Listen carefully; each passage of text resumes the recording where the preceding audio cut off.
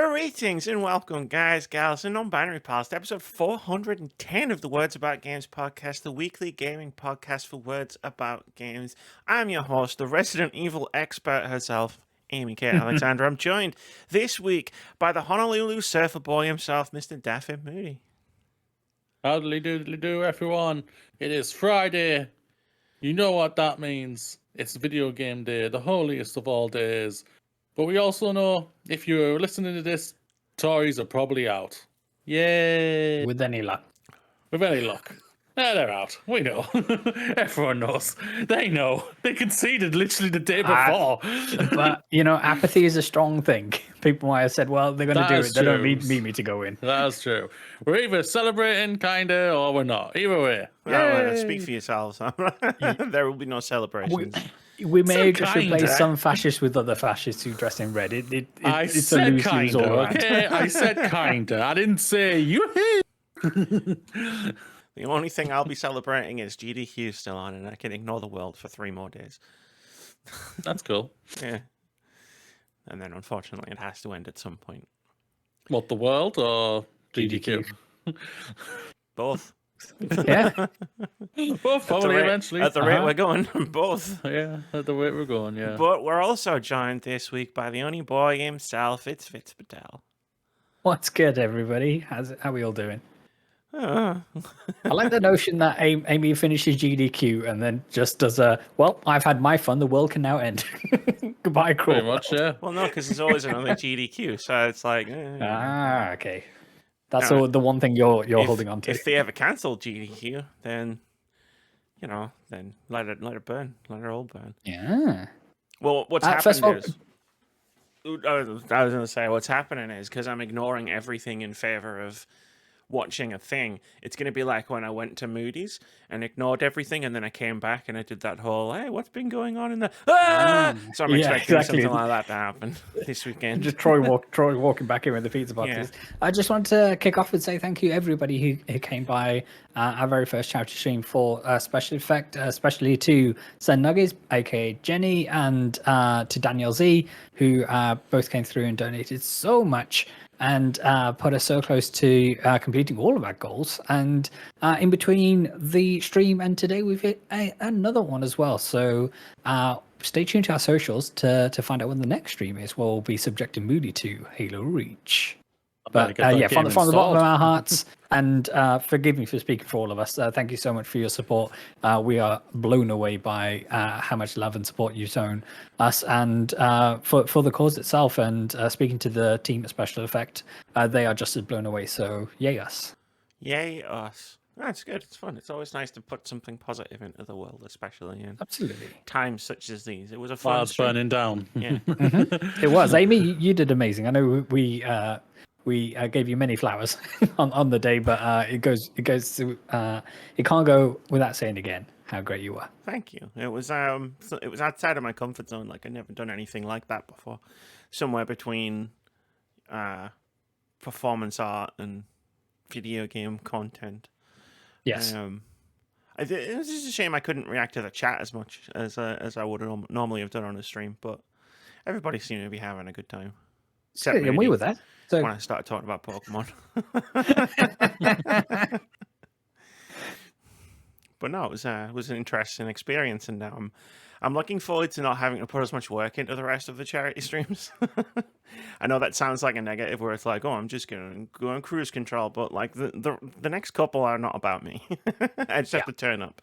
So, that's a lot better than having to design an entire PowerPoint presentation and make notes about what I'm going to say and where all the jokes go, and that's your problem now, Vitz. Sure is, but like for just a bit of inside baseball, so a lot of the prep work for Legally Distinct 90s Game Show is all ready to go, but I know your pain when it comes to figuring out what the cues are and what timing marks you need to hit and stuff like that in order for stuff to work. And there's a lot of work gone in the back end, and maybe we'll put together some behind the scenes stuff in terms of how we put all this together, because I do aim to kind of push the production values of that particular stream and see where we get up to. Yeah, I'm looking. This is why I prefer video essays because I can just edit things. Yeah. Like if I mess up the joke, if I mess up the timing of a joke, I can just edit. Yeah, let's just run that back. Let's do take 2. It's just, I didn't click there we go. Now I look like a competent public speaker. Are you looking forward to Halo, Moody? Fuck no.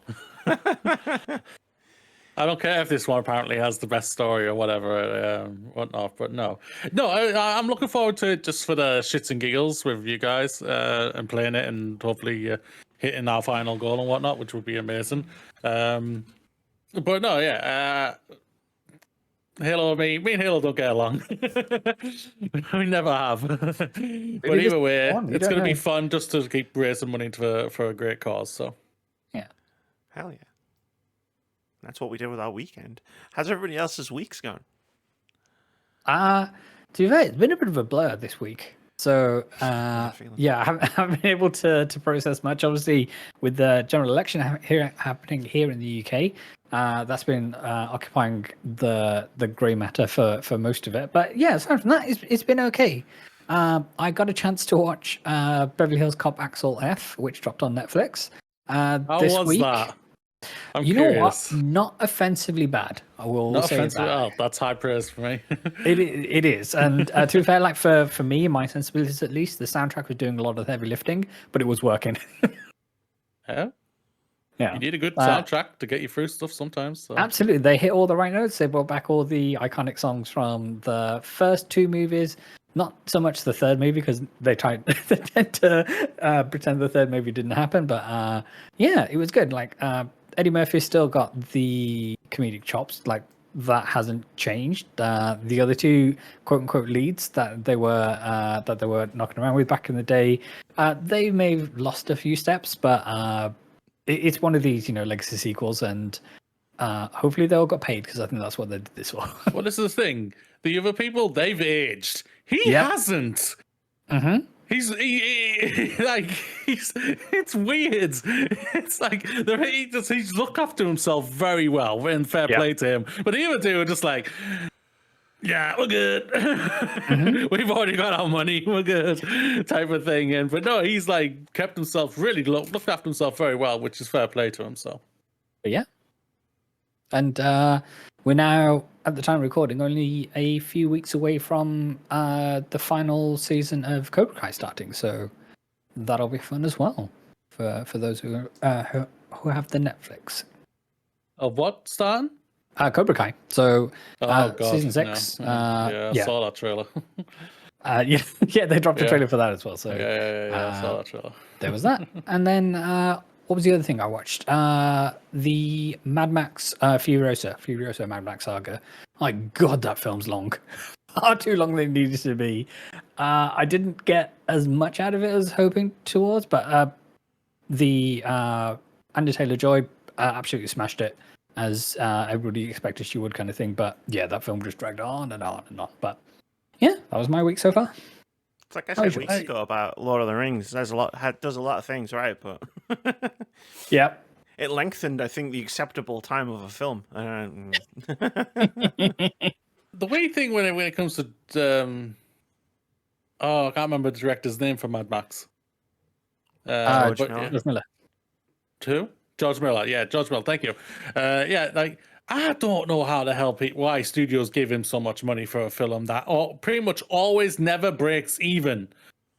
Like the last one he did for Fury Road, which people loved and everything, and I was like, yeah, you may have loved it, guys, but it didn't make money. You didn't make it make money, and you definitely didn't help this one out either, because apparently everyone loved it, but for the majority, I know Vitz, you were different there, but like, you didn't help it make money, guys, and that's the only way you're gonna get more is if you make it make money. Now I think you only get. Yeah. But I am impressed. Like, I really want to go and see Inside Out 2, and that's just crossed $1 billion, which is insane. Sure I did not fucking see that coming. But yeah, I'm so happy for that. I have to go and see it. It is a sad state of affairs when that's the metric of success. not that hitting $1 billion. Yeah. That's not really. the billion. It's just like its value is money.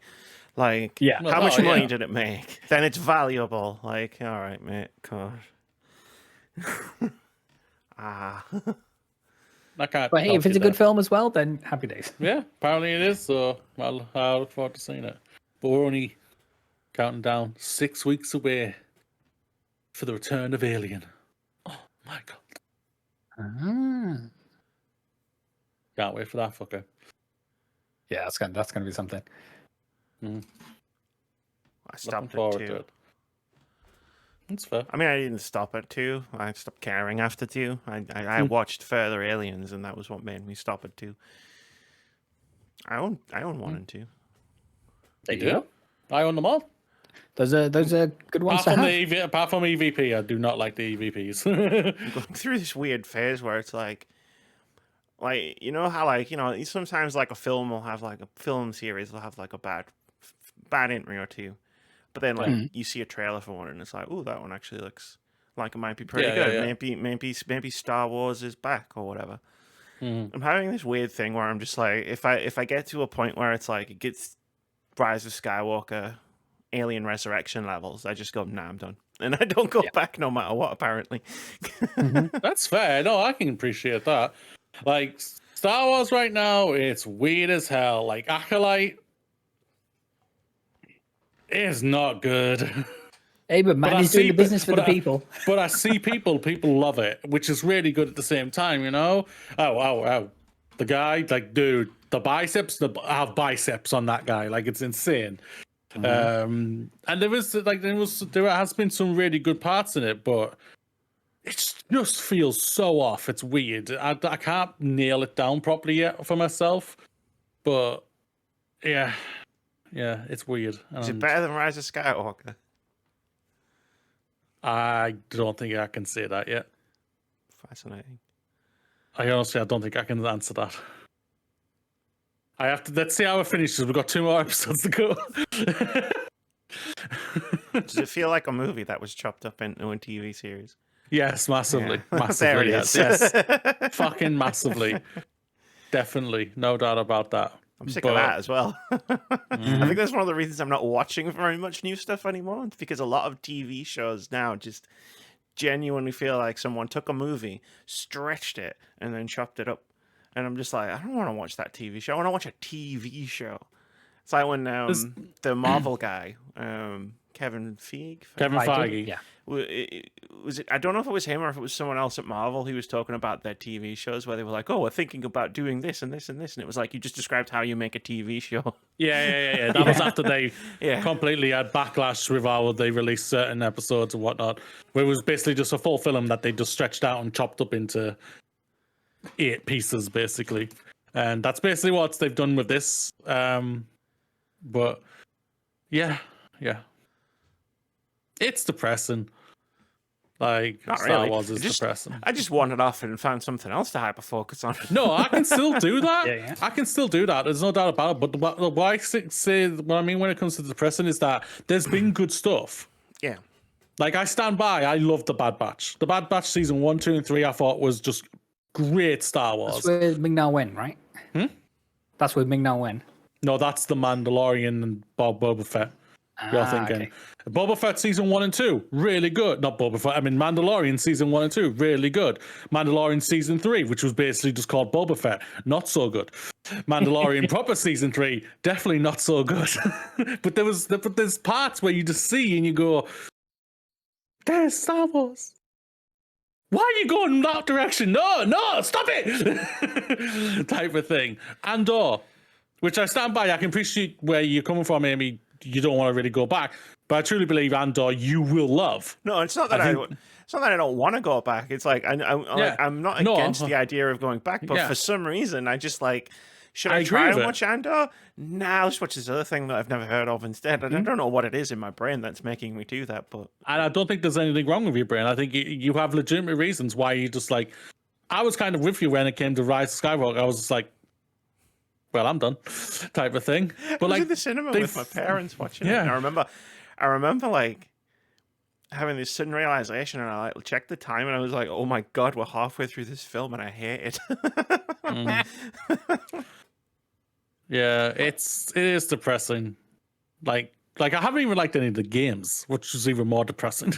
I like the first one. But people Fallen love Order them, and I'm one. just like, what the fuck is wrong with you guys? I like the Fallen Order one, but for me, the story and the characters were doing a lot of heavy lifting in that game. Like, What, you love the Sonic levels in that game? no, that's what I'm saying. The story and the characters do a lot of heavy lifting, but the Souls-like Yeah, gameplay and the platforming and the Sonic the Hedgehog moments were all just like, I'm working to enjoy this. The Like, thing I'm is, putting though, my shift in. I'm partly the opposite. I didn't really like the gameplay or the levels or anything like that, but I'm not a big fan of the characters at all. Like, I mean, we are very opposite on that. Like, characters, I'm not really the fan of. Like, I can't remember the character's name from Fallen Order. He's boring to me. Carl Kester, that's it. He's boring. You got a fabulous actor who's playing boring. Then I was just like, you are no interesting to me. And yeah, it's weird. Yeah, then the second one was just like, oh, it's the same gameplay but more. Yeah, they just went. And I was like, I can't put the shift in here. The game's not meeting me halfway. But the thing is about it, both games have elements where it's just like there's greatness in there. Like the part, there's no spoilers right now, but the master part where she fights a certain character is incredible. It's so well done, even though we all knew who was going to win. And then the part of when you see the fall of the Jedi and you see Kestis's aspect of that, it's really well done but they've always nailed the fall of the Jedi from the Revenge of the Sith. Really well done. They've always nailed that pretty well done. It's easy. I mean, it's not easy, but it's relatively easy to nail that kind of story. The hard part comes after, because I think the problem that Fallen Order, the Fallen series, I don't know, the Jedi series of games, Jedi especially, Order series, and the further into the series they go, they're going to rub up against this problem more and more, as they can't, like, fundamentally make a difference with, like, anything that the characters do in the story can't fundamentally make a difference to anything, but the stories is in the second one especially is about that. So it's like you've got this conflict of, oh, they want to like do this thing which is gonna like make a massive difference to all these people in the galaxy, but can't really do that because it's a prequel. We already know who wins. So we already know that didn't happen. So yeah, it was kind of the same thing with what Rebels had. Rebels had a cutoff date, so we all knew what was going to happen. Like, they can't be involved. So in everything for A New Hope. Yeah, so you need to kind of wipe the board. You have to get rid of them somehow in whatever way. And yeah, it's just like, like there are parts they do really well, but there's also parts that you just go, why the fuck did you do that? Yeah, I think that's my thing when it comes to a lot of these prequels, is that it's really hard to build any sort of stakes up in them. So even like watching Furiosa, it's kind of, well, we know Charlize Theron embodies a character and then goes to do whatever she does in Fury Road kind of thing. So it's kind of whatever dangerous situations you put Anna Taylor-Joy in, it's kind of, well, you know she's going to get out of it. There's no inherent stakes. I'm fine with that. And I'm fine with like suspending my disbelief when like a character who is like going to be important in future stories is in danger. So I can suspend my disbelief to enjoy like the action or the tension or whatever of like a specific scene, but it's the lack of stakes in the overall story that like you've really got to thread a needle to do a prequel well, and I think a lot of prequels are just driven by, look at this thing that you really liked. Yeah, there's no doubt. I agree with that, which is a shame. It is a shame. But yeah, I mean, in many ways, I'm jealous of you. But then one of the main reasons I'm most jealous of you is that you get to watch X-Men 97 for the first time. Yeah, at some point I'll get to watch X-Men 97 for the first time.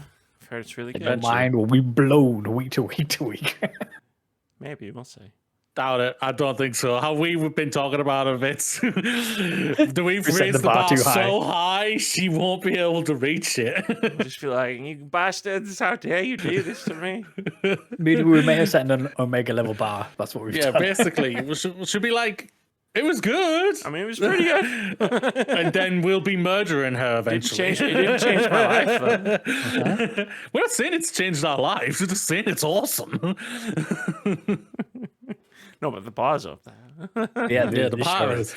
Yeah, she Like- basically needs to become a pole vault jumper, and even When- then, it might still not be high enough. when I add the Final Fantasy 13 trilogy and my growing Final Fantasy collection, I'm probably gonna really enjoy it just because the bar is like underground at this point for like how people have like talked about that game. I'll be like, "What are you talking about? It's fine."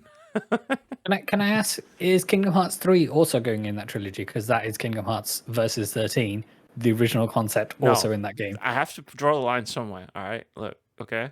Nomura didn't. He says, I'm making this goddamn game. Nomura Come can hell or high water. eat a bag of dicks. I'm not doing it. Like, there's 50 games on this list, and I only own 4 of them.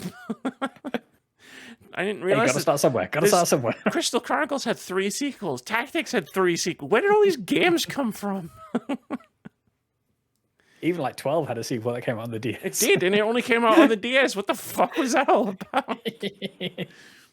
On the PlayStation 1, they re-released because like, the Nintendo games didn't end up coming to Europe. They re-released them on PlayStation 1. And for some reason, they released 1 and 2 in one thing, and then they released 4 and 5 in one thing. But for 3, they just never brought it to PlayStation. It's available on the DS, and I'm just like, what was happening in the late 90s? It's PlayStation just didn't want number 3s. It's like, what's going on here? Valve, is that you? That's it.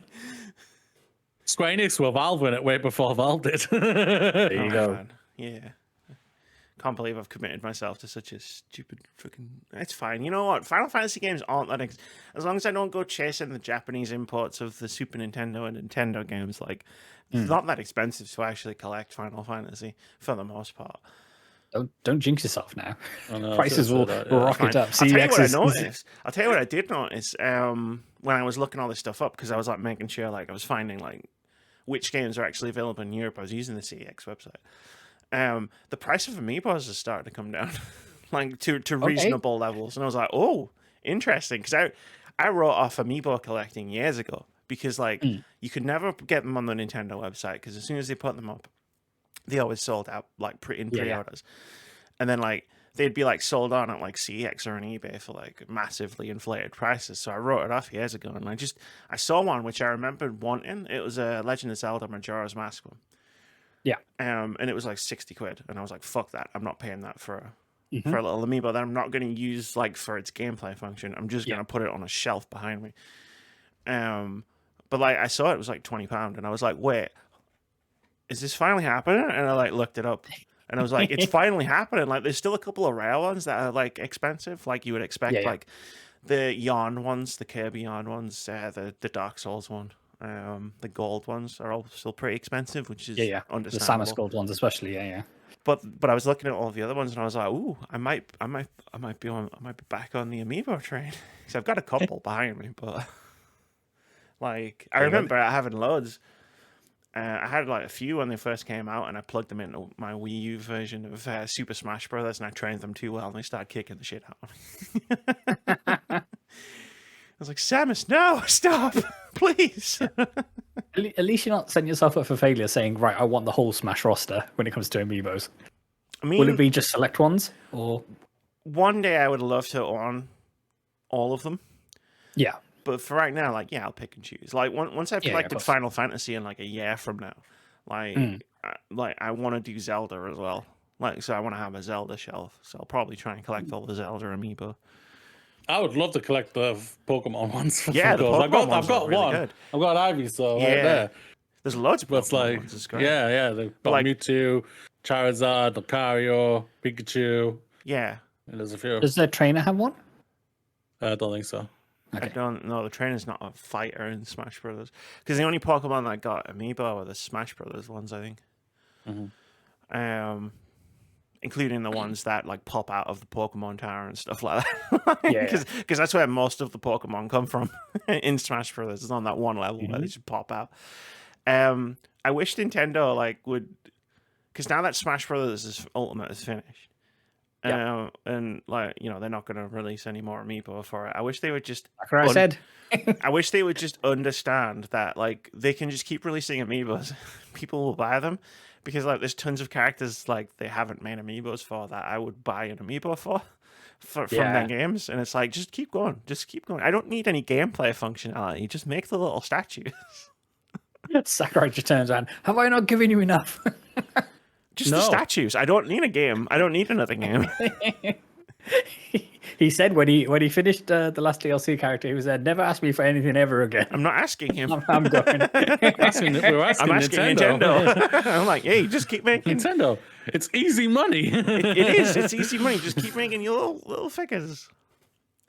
Make the entire Pokemon roster in Amiibo. Yeah, they don't even need to have any digital functionality. All we want is the actual figurines. I do. It's true. Like, because I've only played one Pokemon game, I have a weirdly niche taste in Pokemon because I collected the Pokemon that I had for my team, and it was like it wasn't like Pikachu and Bulbasaur and all of the really popular Pokemon. It was like Sudowoodo and that one flying disc robot guy, Magna something, Zone, Ton, I don't remember which one it was. Magnazone. And I was like, these are my freaks, and I would like to collect those.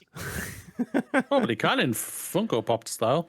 You can get them I think you can get most of them at the Pokemon Center, but the Pokemon Center is like 400 miles away. Yeah, it's one in London, isn't it? Yeah.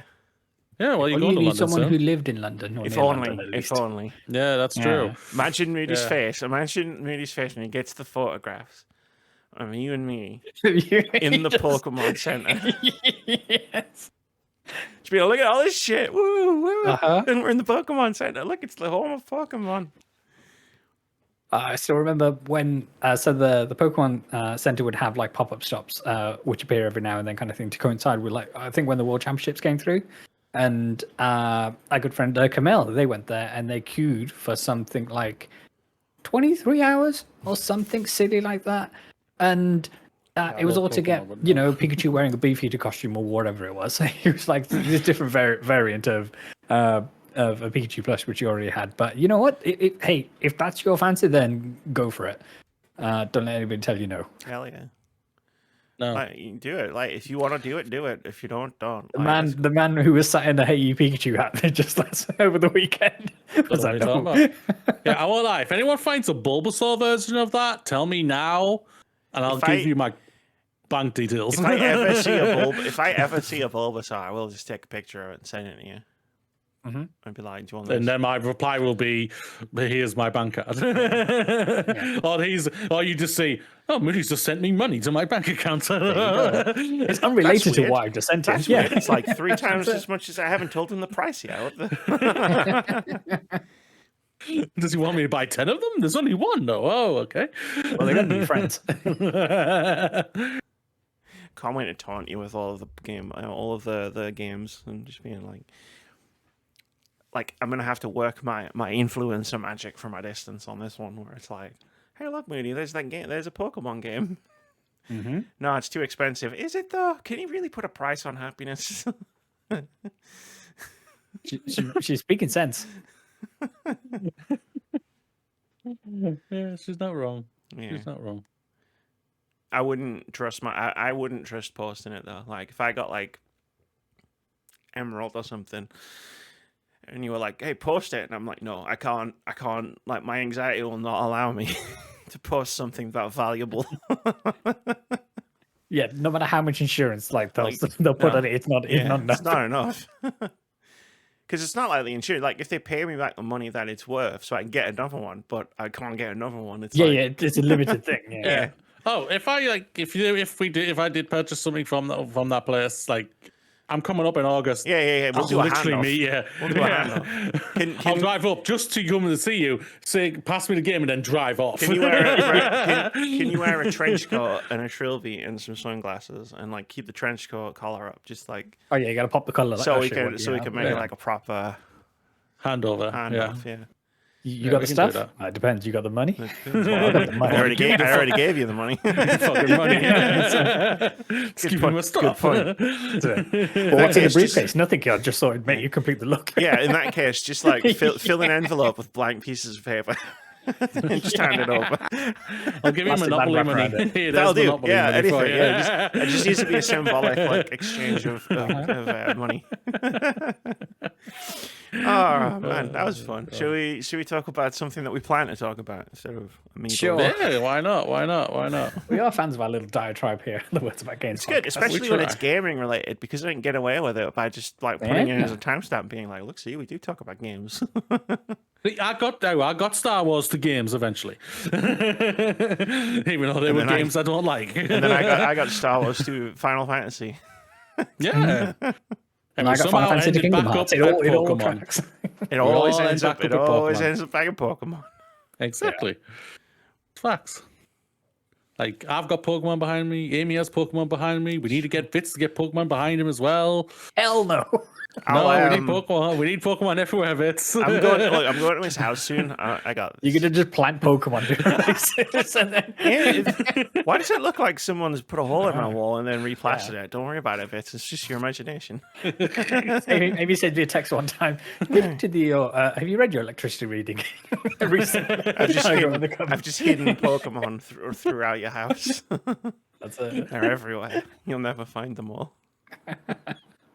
Don't worry about the fist going through the wall. Don't worry about that noise. If you hear and just go, what was That's that? You think I would hang on? You think if I was going to hide Pokemon in his wall, I would punch a hole in his wall to do it? Like I'd use a hammer. We have a B&Q across the road. You can just nip across, get one of them. I'd use a tool.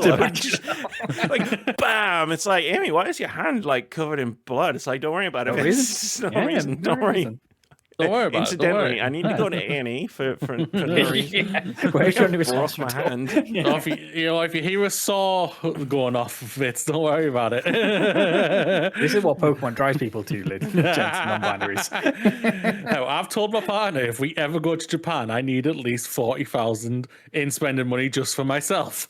Sorry, did you say Minimum. 40,000 40,000, yes. pounds Minimum. or yen? Yen, it'll be pounds. So yeah, a lot of money.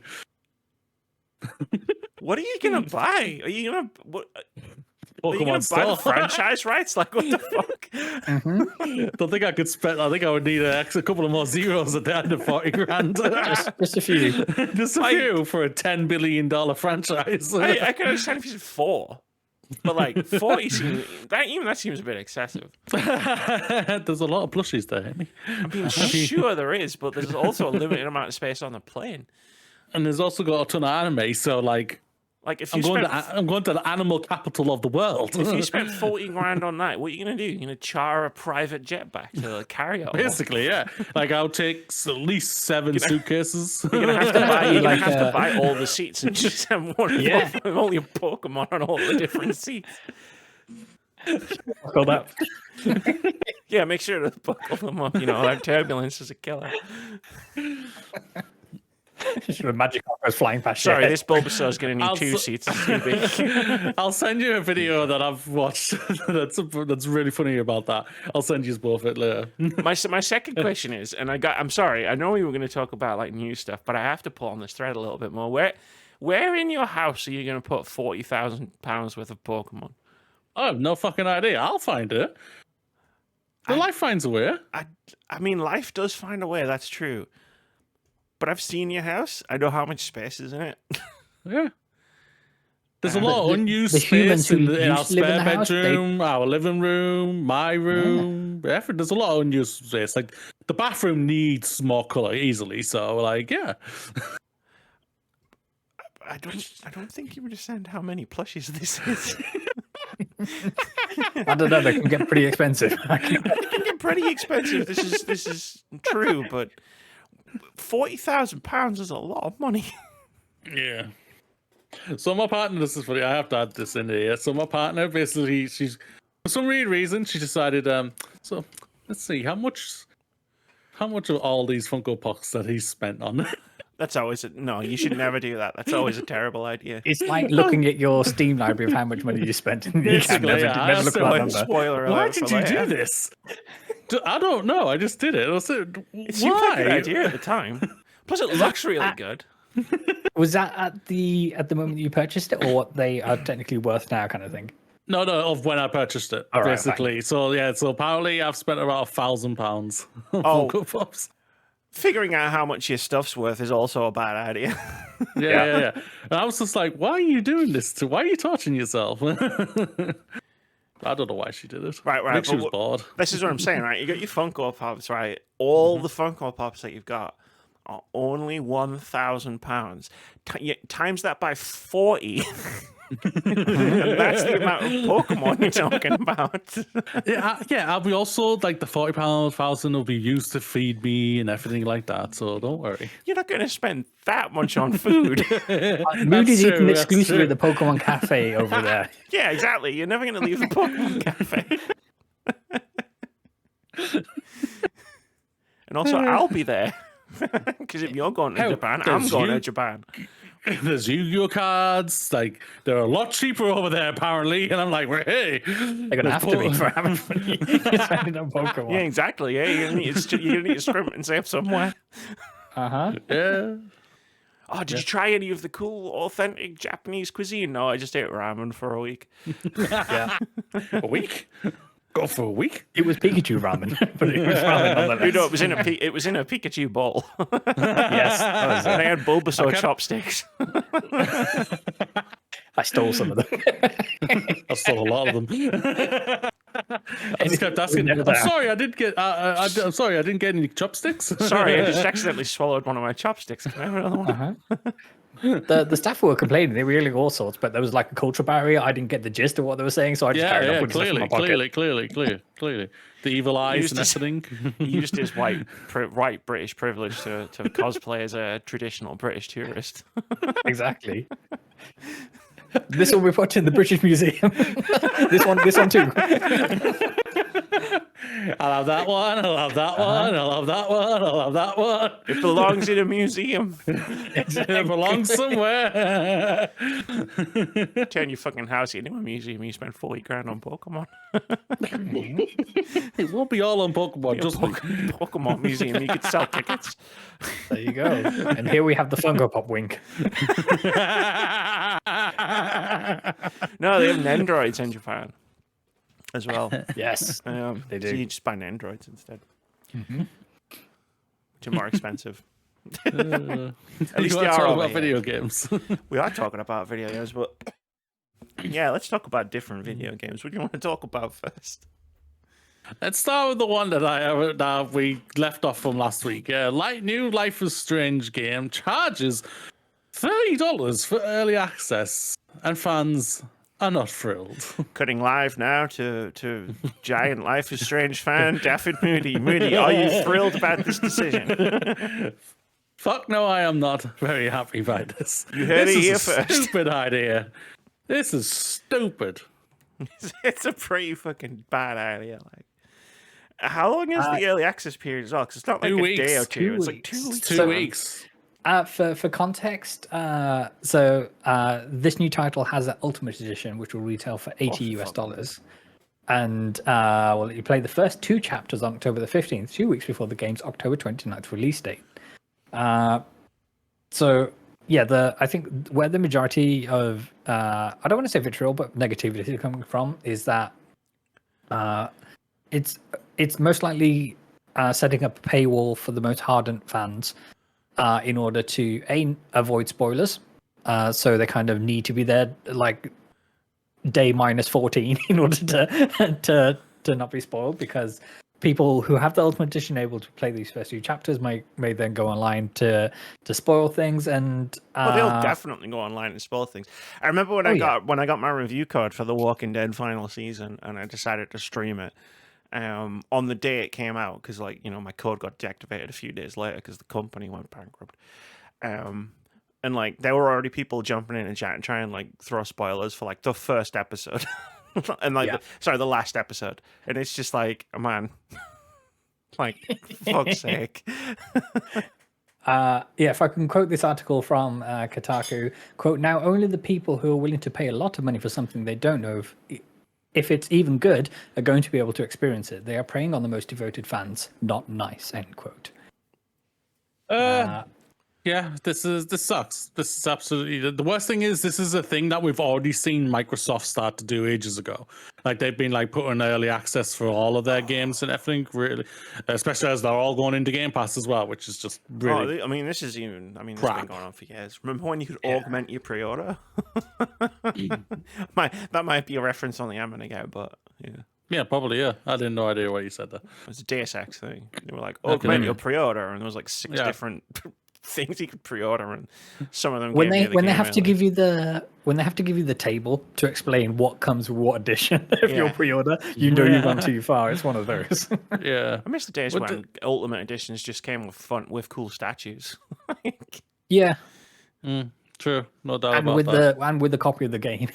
Not all of and the them do. copy of the game. Yeah, I should point out, like, so you can buy Ultimate Editions of games and they don't have the fucking game. Yeah.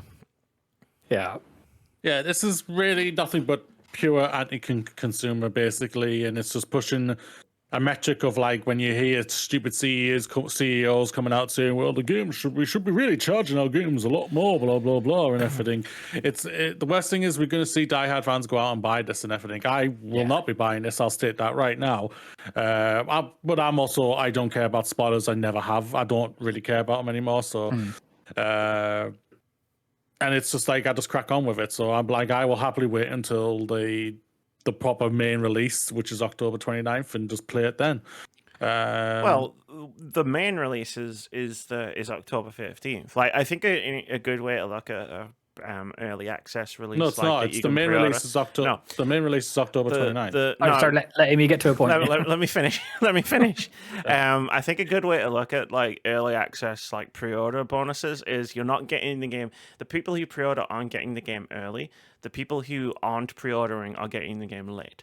Like the game has been delayed for the people who don't want to pay the extra money.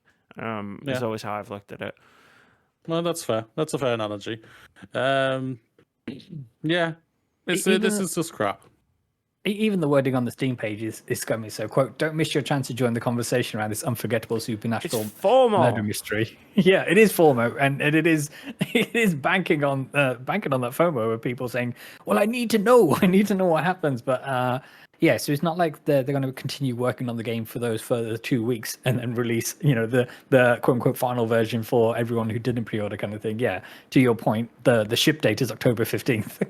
Come hell or high water, it depends on it only costs you who ponied up to play it. Yeah, like I wish. Go on. No, it's gone. No, you go. You go. No, you go. I insist. I cut you off before. Now you go. I've lost my train of thought. So amazing. God damn it, me. This is what happens when I try to be nice. What happens if I get interrupted? I lose my train of thought. I didn't interrupt you, but start talking at the same time. It's different. Obelcast is back, everybody. The most popular part of the Resident Evil stream, us arguing for 15 minutes before it started. No, it's they're monetizing FOMO. They're monetizing the episodic release structure. It's like we were all really happy that they weren't doing an episodic release for double exposure, and it turns out, whoops, they are. It costs more money to do it, like to pay for it that way. It's like they're releasing their first batch. They're doing a Netflix. They're releasing their first batch of episodes, and then they're releasing their second batch of episodes. But like when a CEO or a game executive tries to then talk about, we really should think about raising those video game prices. We really need to charge these guys more because, like, video games are really cheap. Just like they do charge you more for video games, like all the time. This is just one way that they do it. It's like, it's an $80 video game as far as I'm concerned. Like, that's how much they want to charge for it. That's how much it costs. And you don't even get a statue.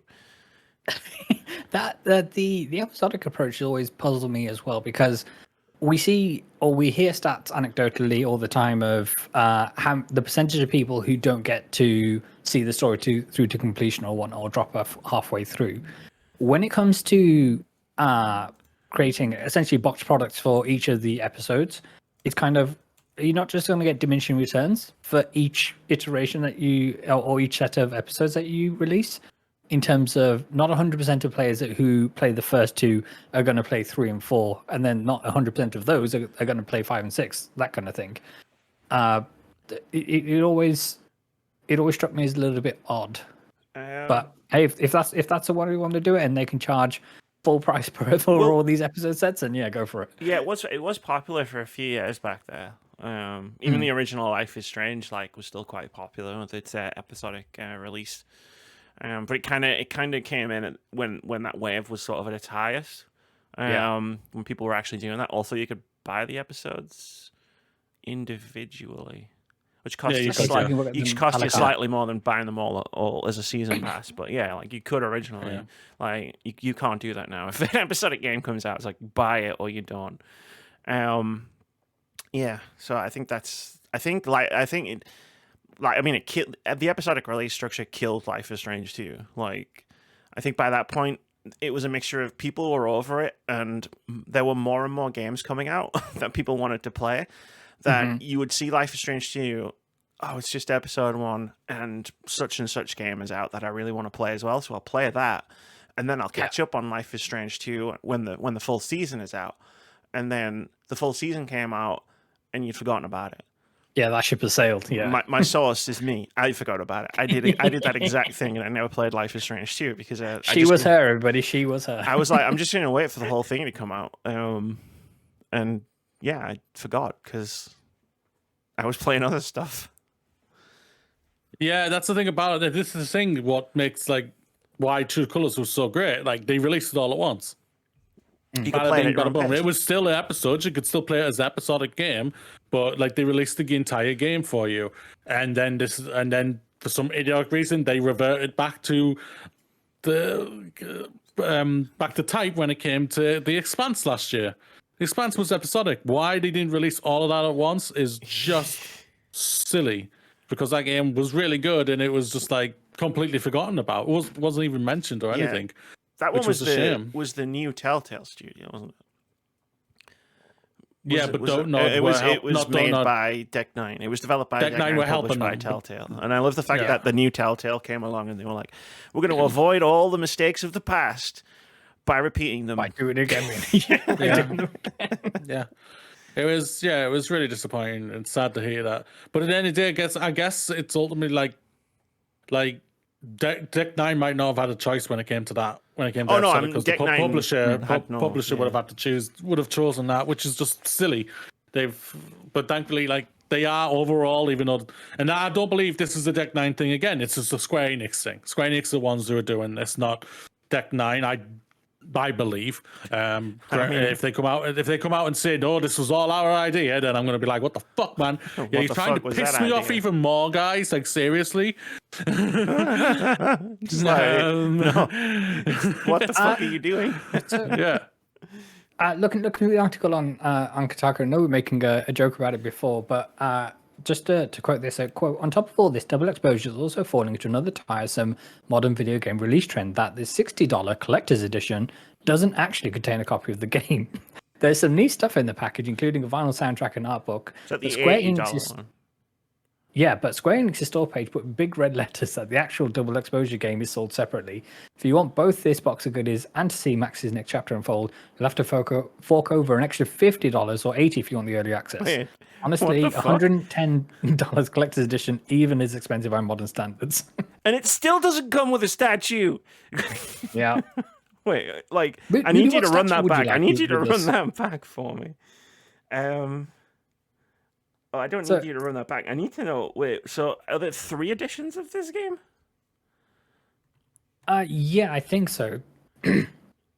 So there's a $49.99. That's the one that's come up as soon as I've gone on the pre-order thing. Come on, Square Enix store. So there's a $50 there's a $50 release of just the first 2 episodes, which comes in October 25th or whatever that date was. There's a $60 collector's edition, but that doesn't contain the game. In order to do that, you need an extra £50 to buy those in $110. So you can spend so you spend $50, you get the game on October 29th. If you spend $60, you get a vinyl of the soundtrack that you haven't heard, and an art book and some other, probably some postcards. Everything has postcards now. And then if you spend $80, you get the game and the first 2 episodes on October 15th, but you don't get the vinyl or the stuff, and so you have to spend $110 to get everything. Yes. Why? What the fuck? But as I understand it, that needs to be like 2 separate transactions. There's not just one thing that gives you everything. Of course it is, because that $110, that's just what you get when you add the 2 up. It's not its own collector's edition. Yeah. Oh my god. What the fuck? What? Why? Yeah, You don't get the collector's game. editions are just boxes of swag that don't include the game, aren't actually editions of the game at all. You can spend $60 and just not have the game. Like, ooh, I'm going to listen to the soundtrack instead.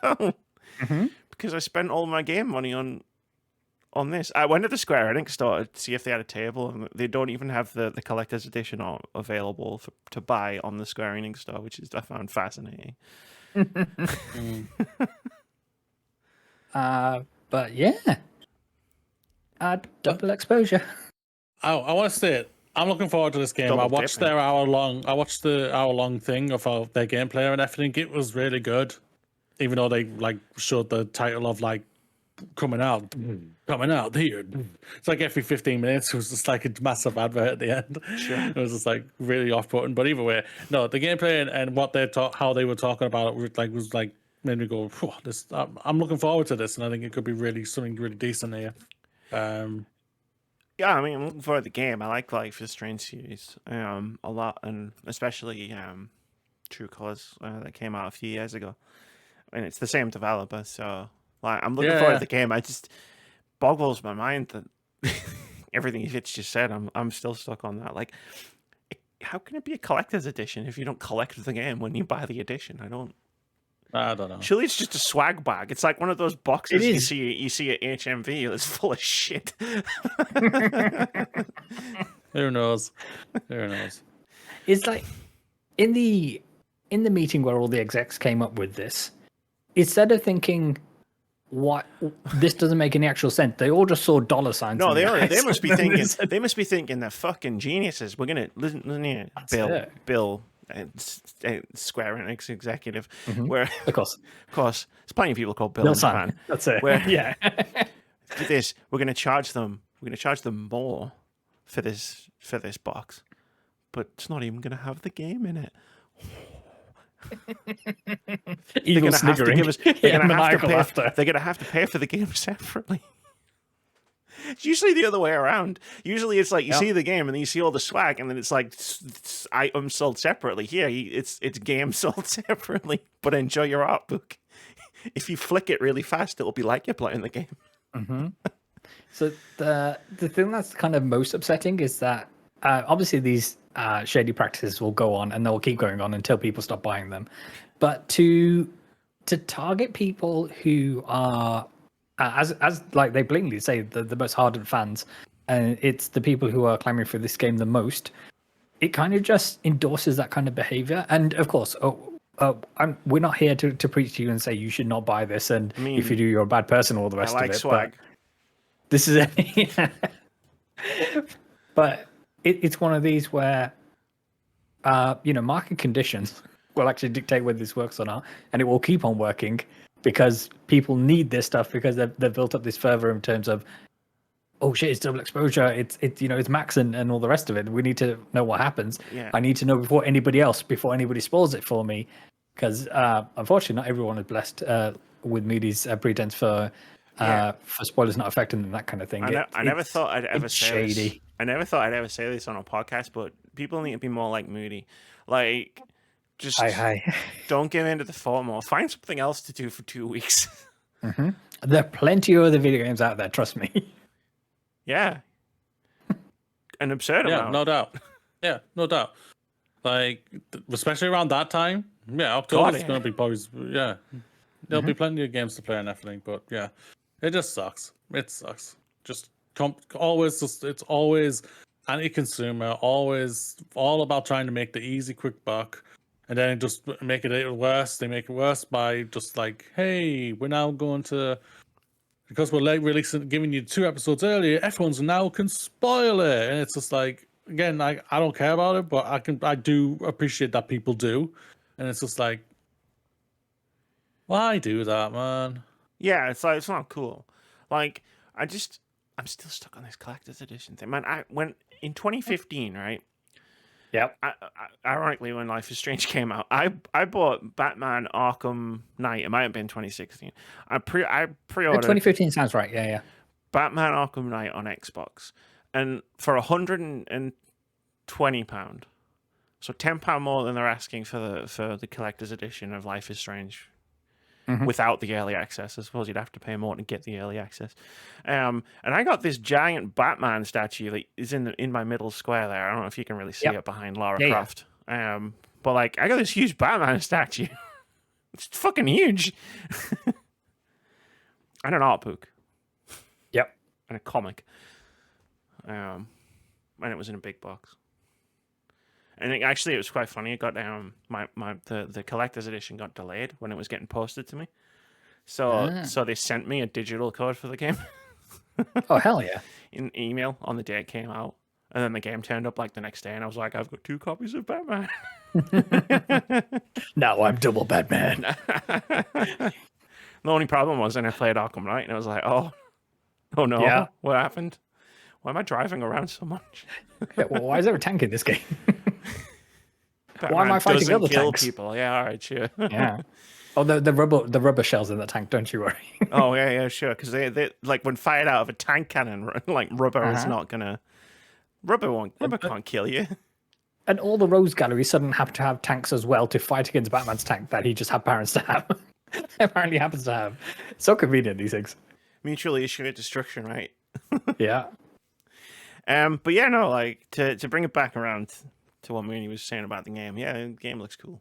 So just be more like Moody. Don't give them an extra 30 quid to Absolutely. play the game And early.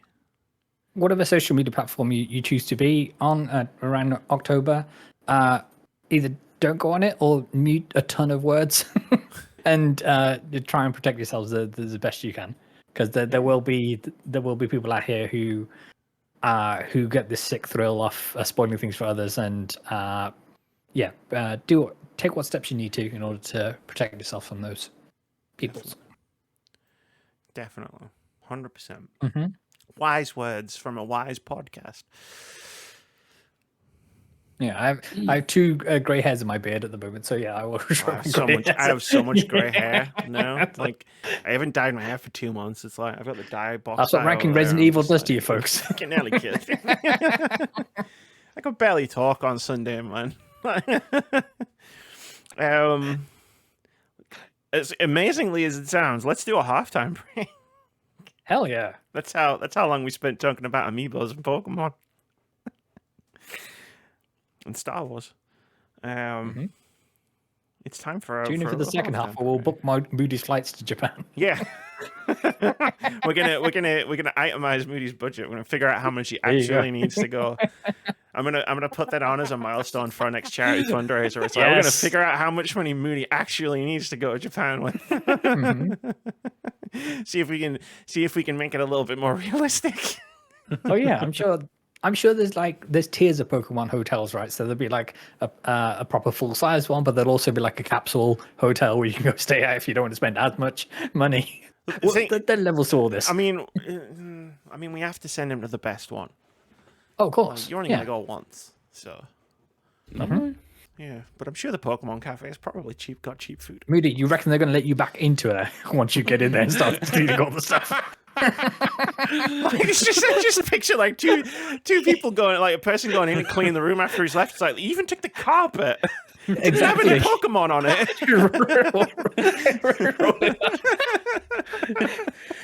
Lampshade's gone. Did he take the entire shower unit as well? Like, and then someone in the managers in the bathroom like, you ripped the bidet out of the toilet. I told you we shouldn't have made the bidet look like Squirtle.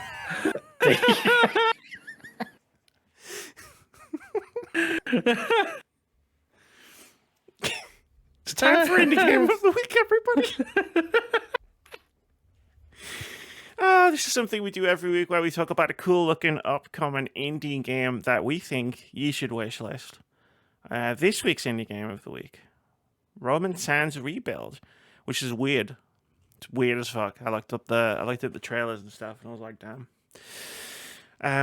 I'll read some of the description. Welcome to Roman Sans Rebuild, an apocalyptic trip from the studio behind the IGF award-winning Paratopic. A shape-shifting, absurdist adventure that twists two stories together, taking you from a luxury tropical resort to post-apocalyptic survival.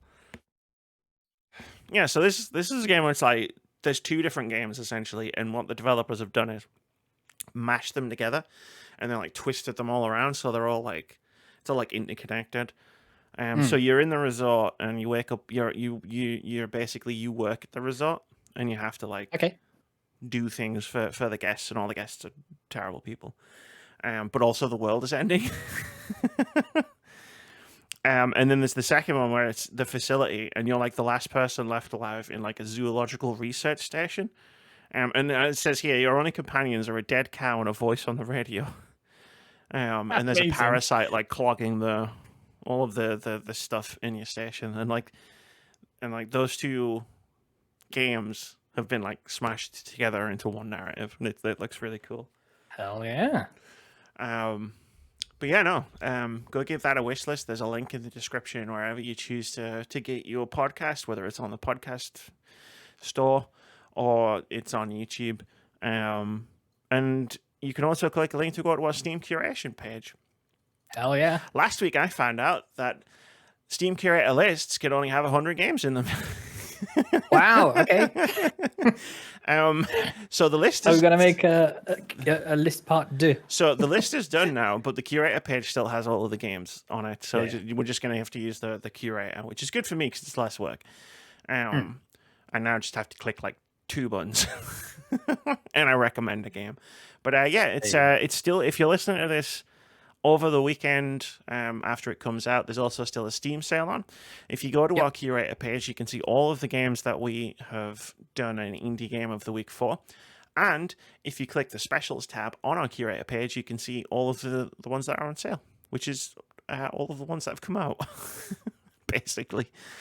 So go and get yourself some deals on some great indie games and support indie games and wishlist all of the games on there. That's all I have to say. This is Amy. Thank you for coming to my TED Talk. This one wasn't about Resident Evil. With a secret Pokemon section. All right. We'll just do a read for next week. We'll go indie game of the week in the same style as Ranking. Can you get like the typing and sound as well? We'll put that together. I don't know what typewriters have to do with indie games, but I'll figure it out. Yeah, let's do a quick little halftime break, and we will see you in a moment. Peace. Peace. All right, we are back, baby. Live once again, coming at you from youtube.com/wordsaboutgames2k or podcast in the podcast store. I don't know where that came from before. Hell yeah. It's gonna hold me for a while. Probably, as always. So are we gonna talk about video games, or are we gonna talk about Moody's trip to Japan? Let's continue talking about video games. Let's go to Dragon Age. The Veilguard's difficulty options let you turn off death and manually adjust enemy health. Yeah, so this is taken from Eurogamer. So, quote, Dragon Age Veilguard will let you escape death entirely as part of its extended difficulty customization options, which will also let you manually adjust player and enemy health. As detailed on Game Informer, BioWare has included a range set of difficulty levels as a further option that offers more granular customization for your play experience. Hell yeah, I don't think there's anything negative with this. Quote, none of these options are a cheat. Game director Connery Bush told Game Informer. It is also an option. It's an option to make sure all players of all abilities can show up. I think this is wonderful. It doesn't take away from anybody else's experience. There's no showboating to say, "Oh, I did this and it was on the hardest difficulty ever," and all the rest of it. There's no. Hey, I mean, if you want to showboat like that, go for it. But yeah, you know, but don't make it my problem. Exactly.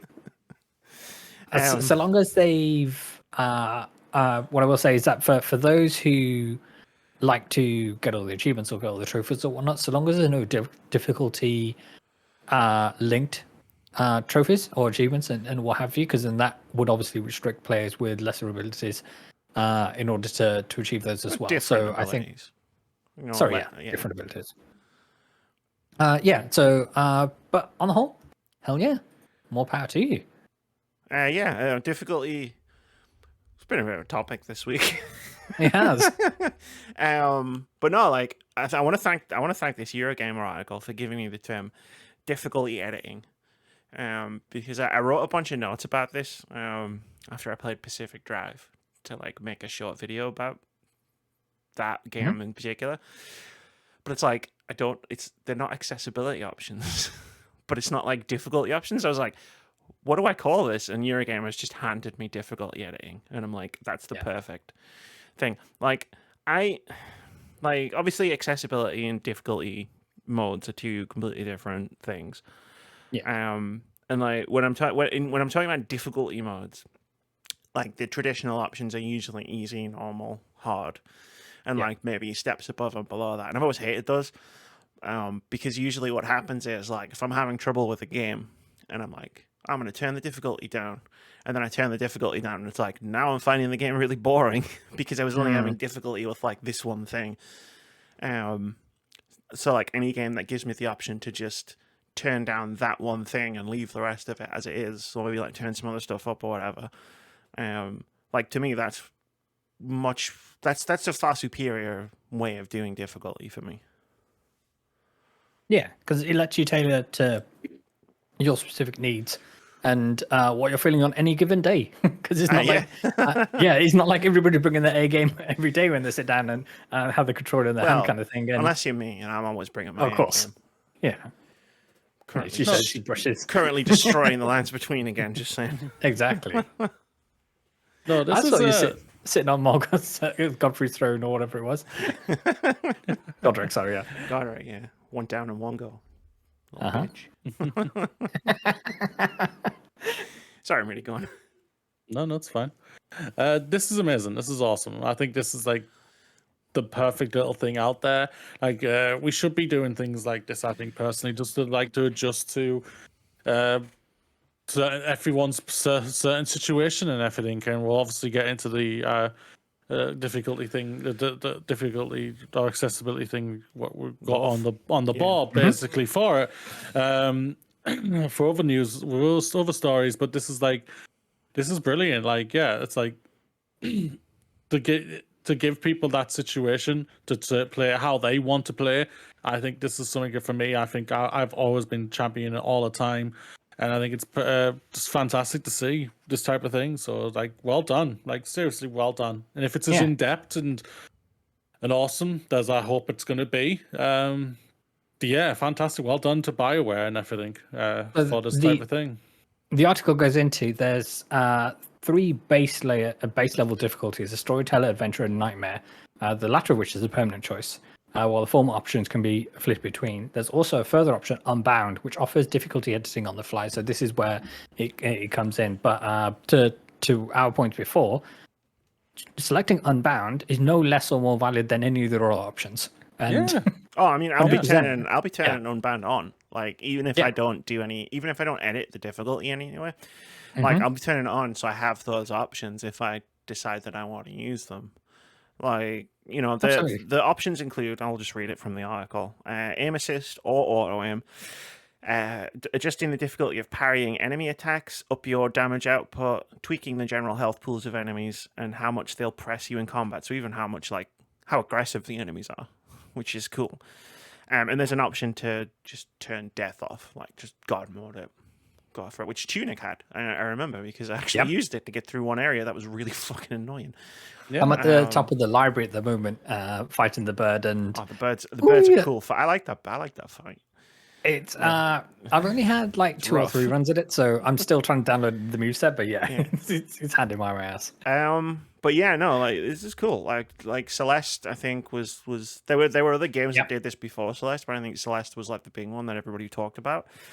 and like they did it perfectly. Where it's like, do you just need an extra jump? Like, is that all you need to get through this game? Then just turn that on. Do you want to be able to fly? Then you can do that too. And it's just like, yeah, cool. Like, let people just get through the game the way they want to get through it. I think it's really cool. Like, selecting your difficulty level as like the first thing you do when you go into the game. When you have zero Such context a of bad what's in move the because game. it's like I don't know. Like, what difficulty would you like? I have no idea. I've never played this game before. Yeah. Yeah, I think this is a fabulous option, and like I say, well done, BioWare. Yeah, and there's arguments to be had for games with dynamic difficulty, but even so, it doesn't take away from you can have these options as well, and still have dynamic difficulty. So apply. even like again, one of the most famous games for dynamic difficulty would be Left 4 Dead. Yeah. Where it's like it had an AI director in the background where it was like if you're doing well, it's gonna press you more. Whereas like if you're running low on resources and dying, it's like it's gonna ease off a little bit. But even that game also on top of that had difficulty settings. Yeah. Because they're still important even in dynamic difficulty. I'm sure we'll be talking about difficulty in a little bit more. I mean, it segues right into the next set of stories. All three of them. There's like three of them. They're all sort of like chain linked together, aren't they? Yeah. Speaking of a day of democracy, do you want to start there first? We can do, yeah.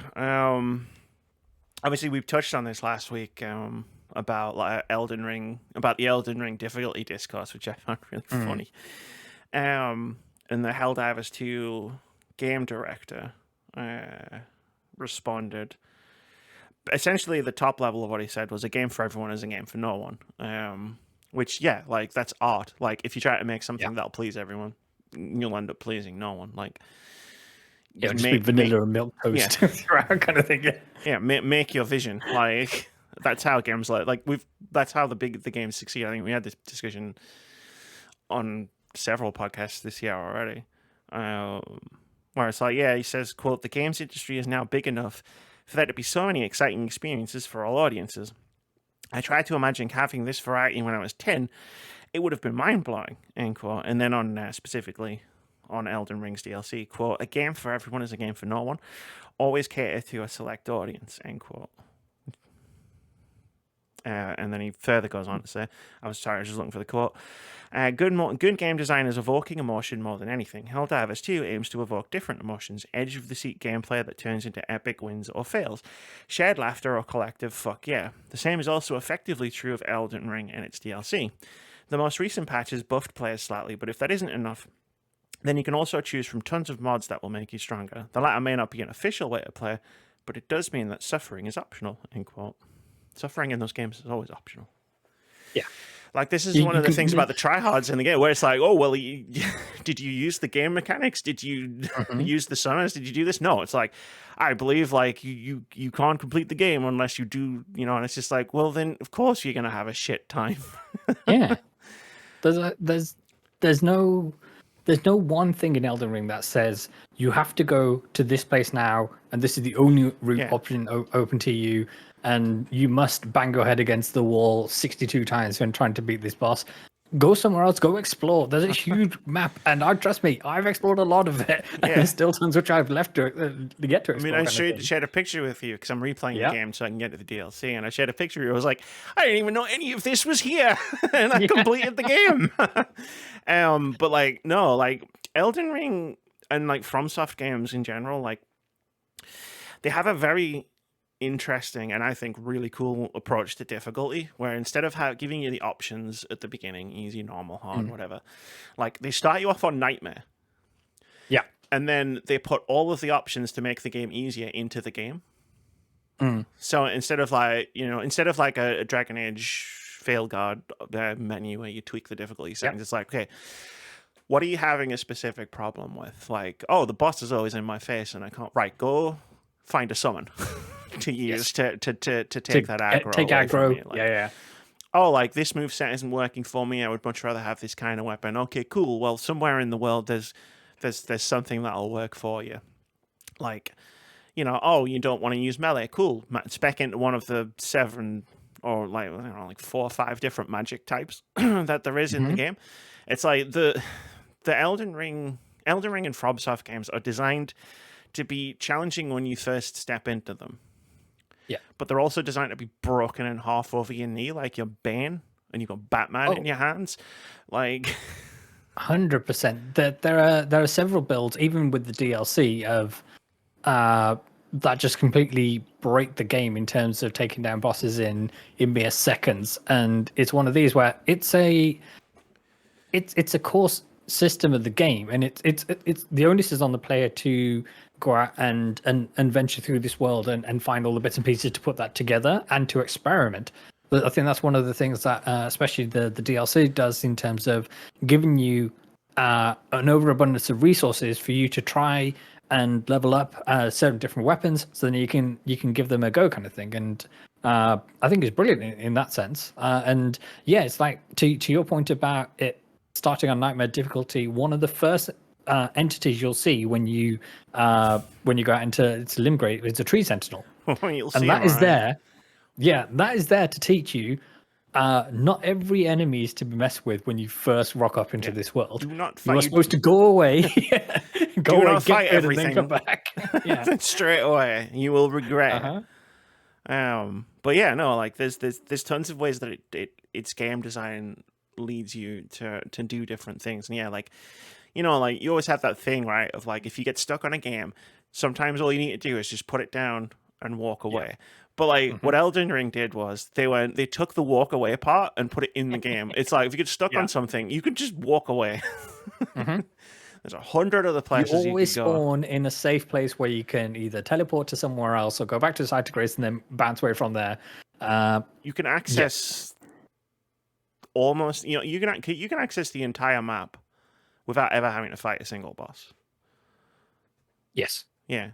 Like, you can run around the castle, you can run around and get the things to go up the lift, and then you can run around on the top, and then you can go to the volcano place. But I think once you get to the Forbidden Lands, I think that's when you have to actually start killing bosses. Like, you can't get into the capital city, but you get like 5 full regions of the map, and you don't have to fight anything.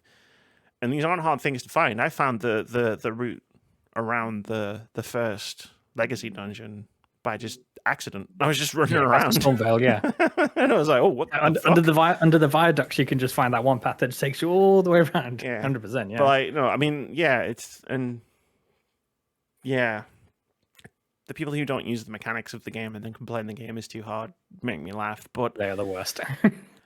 I still say, like, if like Elden Ring or Dark Souls could have an easy mode for people, if they want to use that, I feel like they wouldn't get the same experience. I don't necessarily think that someone who played the game on easy mode would get why these games are so popular, but they still have a fun time running around doing the power fantasy thing.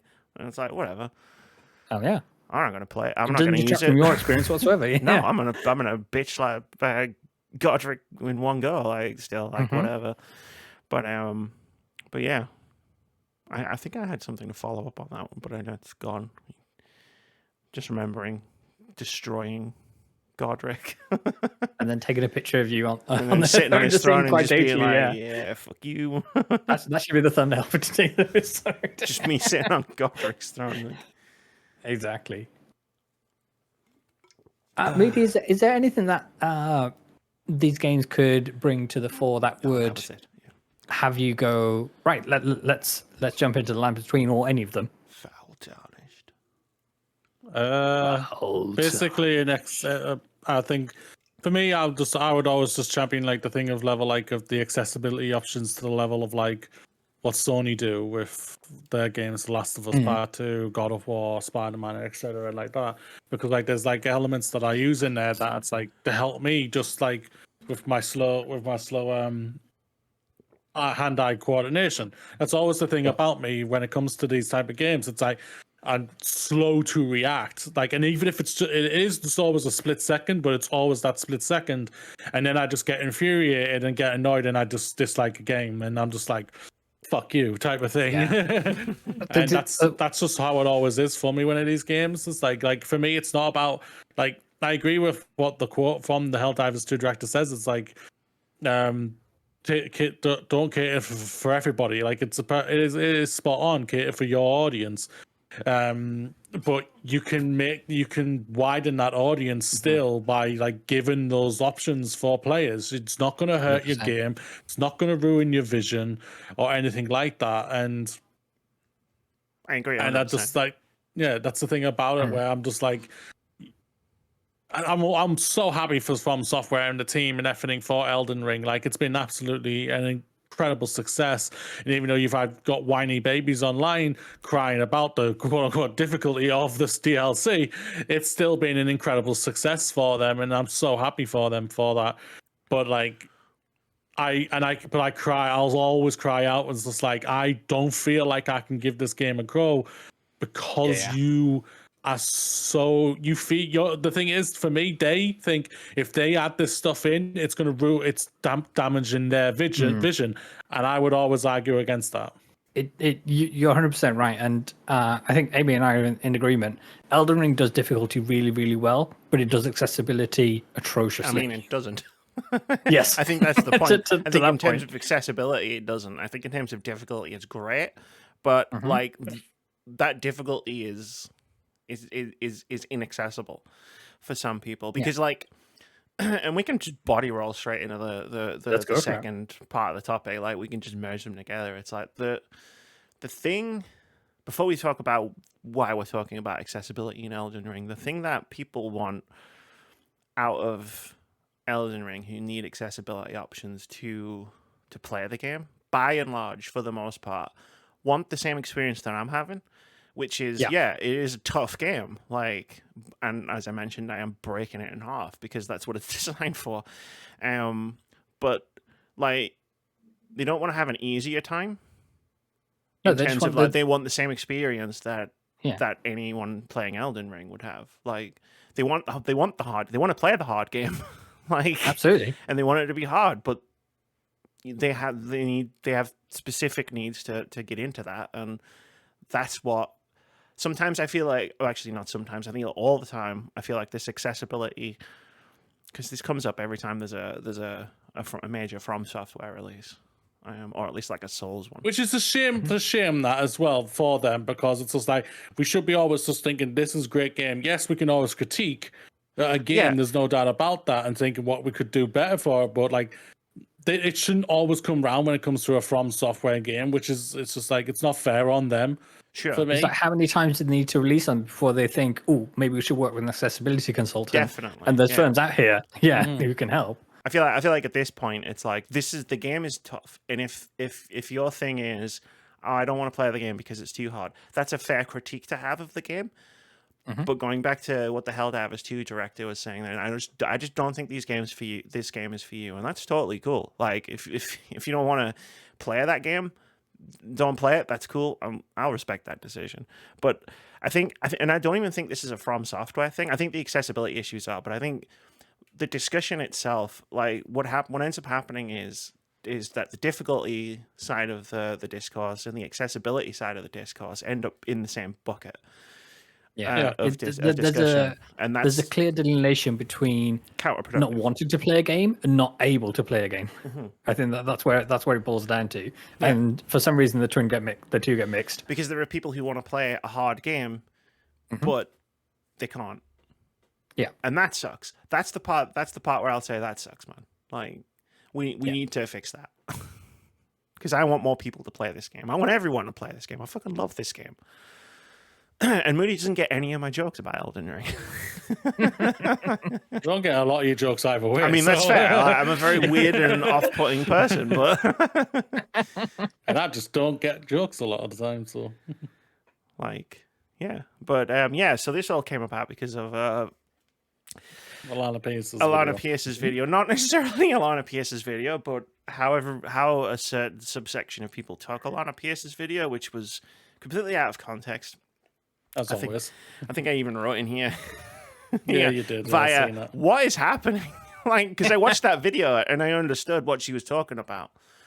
Because a lot of the thing that people are taking out of context is the situational disability thing, which I'd heard about before. Yeah, and they took a 26-second clip out of an 8-minute video.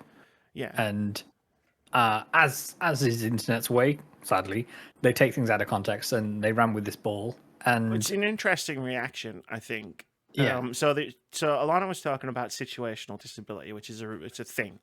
Like there's there's essentially three different tiers of accessibility in terms of like, and she was specifically talking in terms of like app development or game development. There's long term disability, which is like, you know, that's what you would typically traditionally think of if you were thinking of somebody who is disabled. And then there's temporary disability, which is like, oh, you know, I've hurt my wrist. I've hurt my wrist. I broke my wrist, so I can't play this game without assistance. And then there's situational disability, which is something like if you're a bartender in a bar and the volume is too loud and you can't hear, that's only in that one situation. The example that she used was parents and children.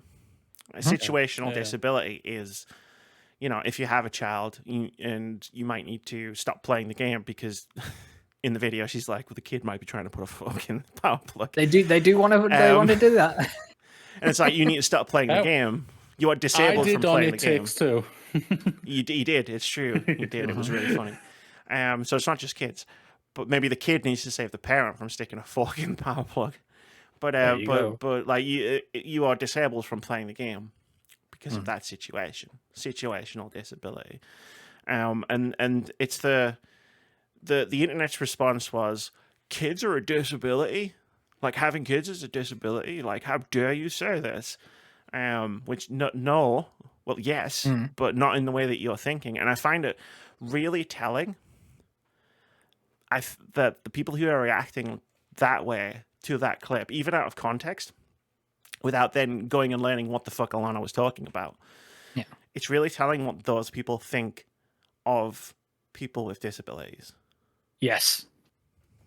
How they, and I'm generalizing here, but that's what they do as well. But there's a general consensus that they only see people with physical disabilities, and as we know, there's a litany of disabilities when it comes to visible and invisible, and all different kinds. And I'm refraining from using the word spectrum because I know that is that comes with a lot of baggage when it comes to this. But yeah, there's a whole range of different abilities and indeed disabilities kind of thing. And it's one of these where the term situational disability is an industry used term, and to your point, it's in the game and app development space. And the example that Alana used was from a Microsoft source. And she picked that one specifically because people know of the corporation Microsoft, and yeah, that's it. And it's one of these, but it's people being weird and getting triggered. So I think it goes. What I mean by that is how people see disability, and people who are disabled is. I think the reaction goes deeper than that in terms of how dare you lump me in with those people. Like, right, is where I think some of the reaction is coming from, which is just disgusting. Because again, it tells me what certain groups of people see, that how dare you say I have a disability? Like, I'm not like a person in a wheelchair or a person with a long-term disability. And that's where I think some of the bad faith criticism is coming from. I think most of the bad faith criticism is coming from the fact that Alana said it, and she gets a lot of harassment in general, just for being a woman who is visible on the internet and has opinions.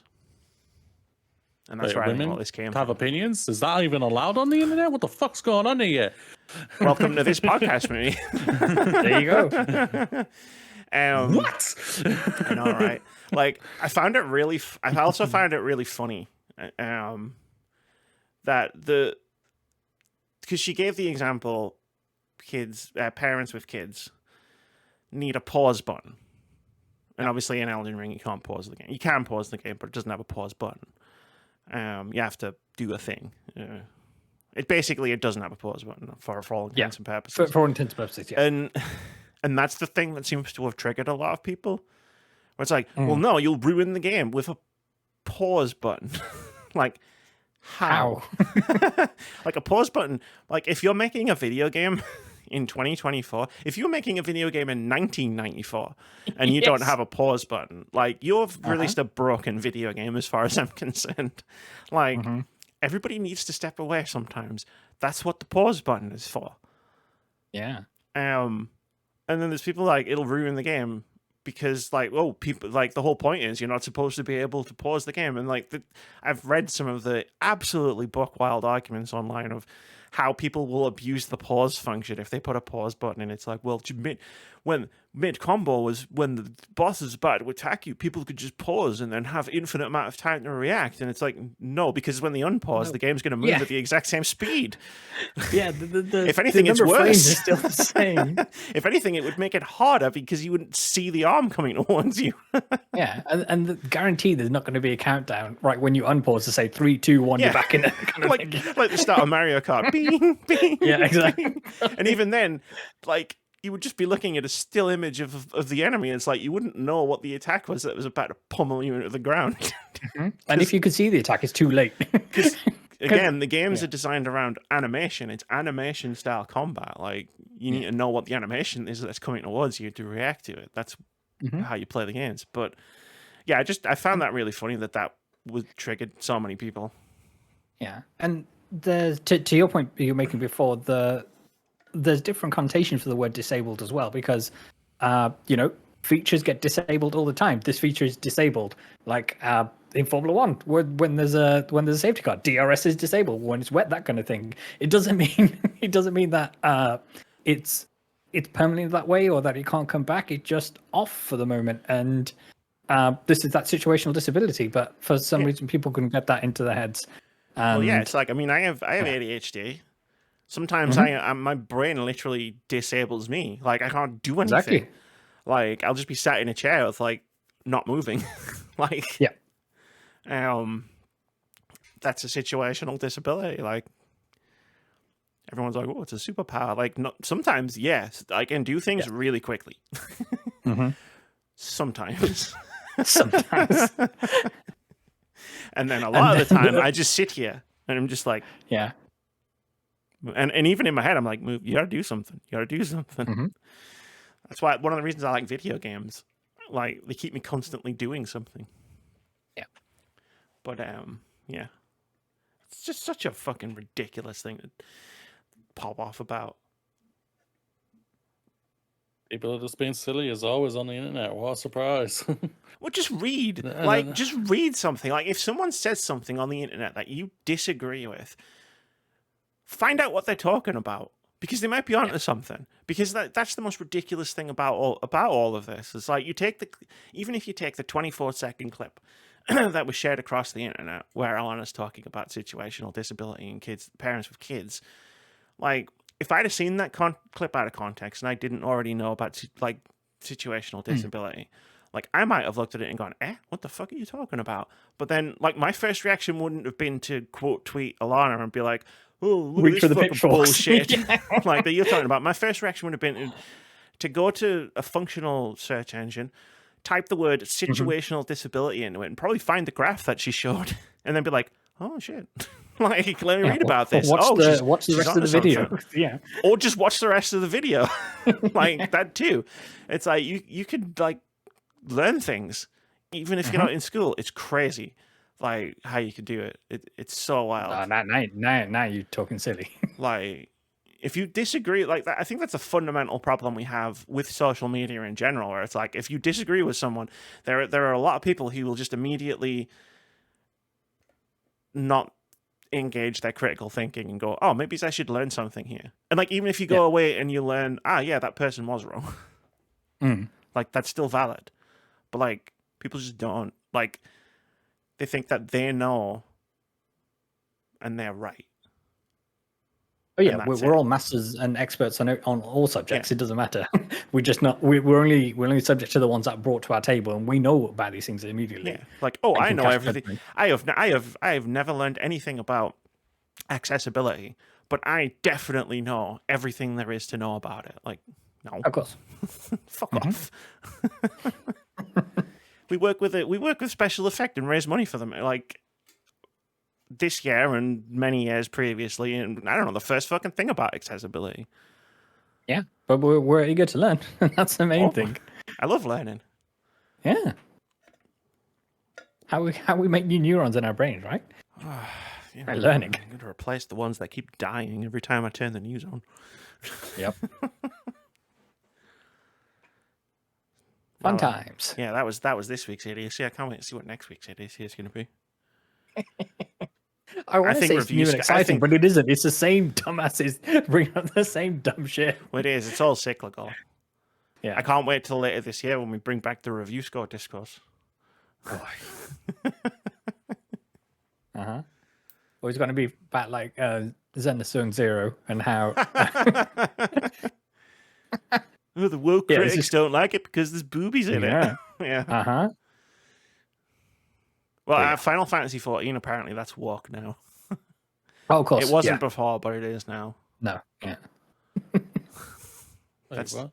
Don't worry about it. The latest expansion came out, and yeah, And it's a thing. it brought it back into the consciousness of people's minds. Does anyone have anything more on the current topic that we're talking about? No. Yeah, people do better, and FromSoft work with an agency and consultancy agency with accessibility, please. Fucking hell, to speak to Sony. Like, you've got a relationship with them. Speak to Sony. But every time they do that, then Sony just says Bloodborne. Yeah, It's so like, what? I don't know her. I never heard of her Look, there's before. one. Look, out of those two companies, there's one company that is not saying the word Bloodborne, and it ain't From Software. For whatever reason, Sony just doesn't want it. Well, they keep putting references into. Is it Astrobot? I don't know why. Of course they are. Because then only 100,000 more people are going to buy Astrobot. Yeah. The director has to come out saying, there's no secret source when it comes to Bloodborne in Astrobot. He's just there. They know they're The going hunter's just to there. get the social media impressions if they mention Bloodborne. Well, they're never going to redo Bloodborne. Yeah. Not until they're desperate. It was a choice to put the hunter in as the first set of 4 extra robots you can find in a rescue mission. Right. Look, Capcom. Right. On July 1st, Capcom put an image out on their Twitter, which was the Dino Crisis claw. The iconic Dino Crisis. Does that mean I think they're doing Dino Crisis things? No. Sidebar, next week's episode, can you introduce me as the number 1 Dino Crisis fan? Because I was the one out of the 3 of us to recognize it the 25th anniversary of Dino Crisis, not Mr. Moody over there. I will try and remember that. You might have to remind me though. Okay. We do need Not more on the internet nicknames here. bits. Don't know how time works. I forgot when Dino Crisis came out. I did. Even though I made 10,000 email addresses. Yeah.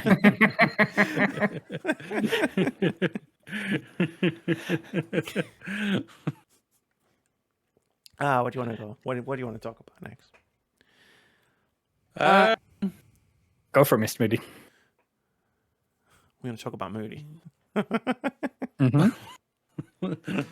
My excessive spending spree for Japan's future. Actually, can we talk about something? Actually, I do want to talk about Moody. There's something I want to talk about. The GB operator that you bought.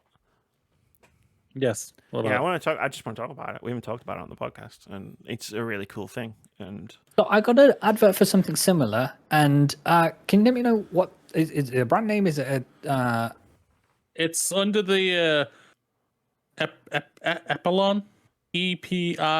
EPILOGUE. That's the brand. Epilogue. That's the Epilogue. Yeah, they're the ones That's who have done it. I can show you. Yeah, I got served an advert for this device, and I was wondering if it was the same one.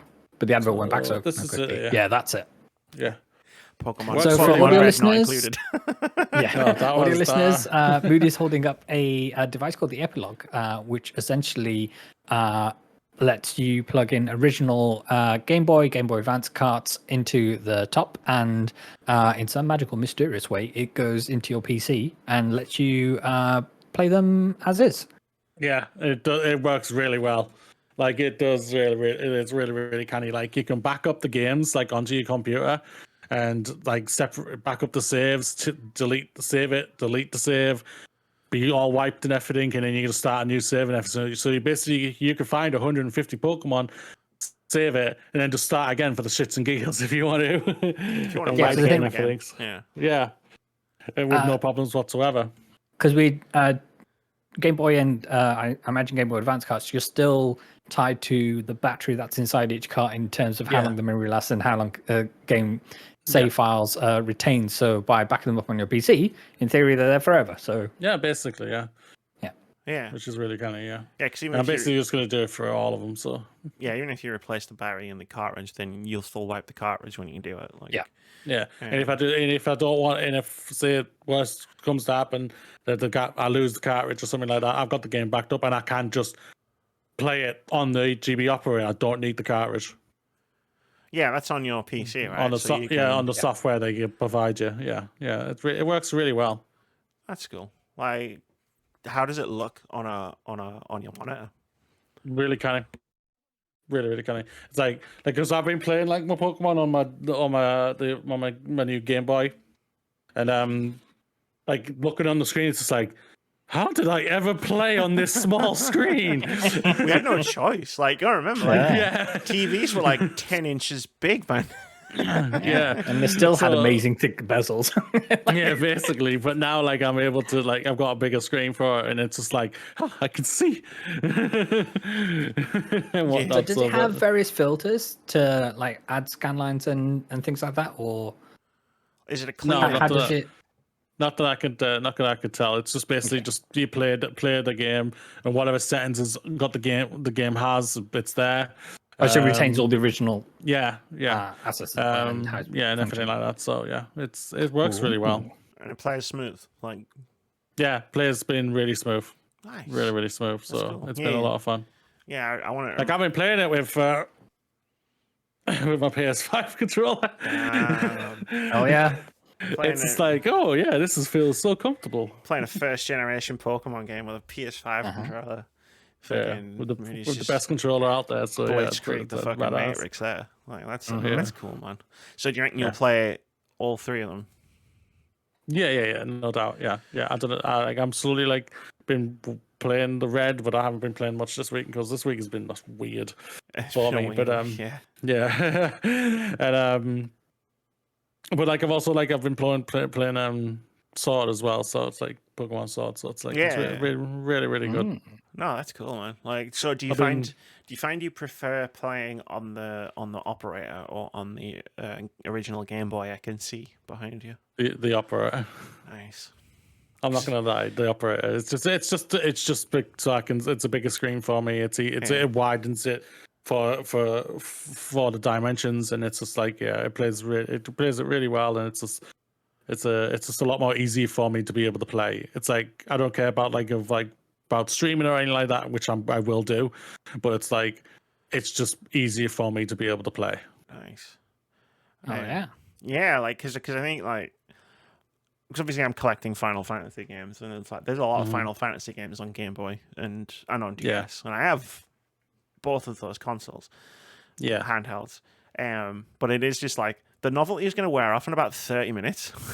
And then I'm going to be playing on this tiny Game Boy Advance with a shit screen, and I'm going to be like, oh man. Yeah.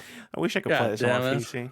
So I'm probably going to end up getting a GB operator myself at some point, and trying to see if there's such a thing exists for DS cartridges. Yeah, question. That was my leading question. Does it accept DS carts, or is it the Game Boy? Just a Game Boy Color, and Game Boy Advanced cartridges. That's all it does right now. Yeah. Hopefully I don't know if they're going to do another adapter. Yeah, I don't know if they're going to do an adapter for the DS and 3DS games and everything. It would be great if they did. There's no doubt about that. How would stuff work? I'm obviously controllers like the DualSense have touchpads on them and whatnot, but then you've got a mouse. Yeah, you do have a mouse. Yeah, I think your mouse could just be used as as a finger, basically. Yeah. That might be also the thing that might be is what is holding them back as well. If they are trying to do it. Yeah, if they are. So yeah, it's like I hope they. It's such a cool thing just in general. For you to be able to just plug this thing into your PC and play Pokemon Gen 1 on it. But it's also I think it's a great thing for game preservation as well.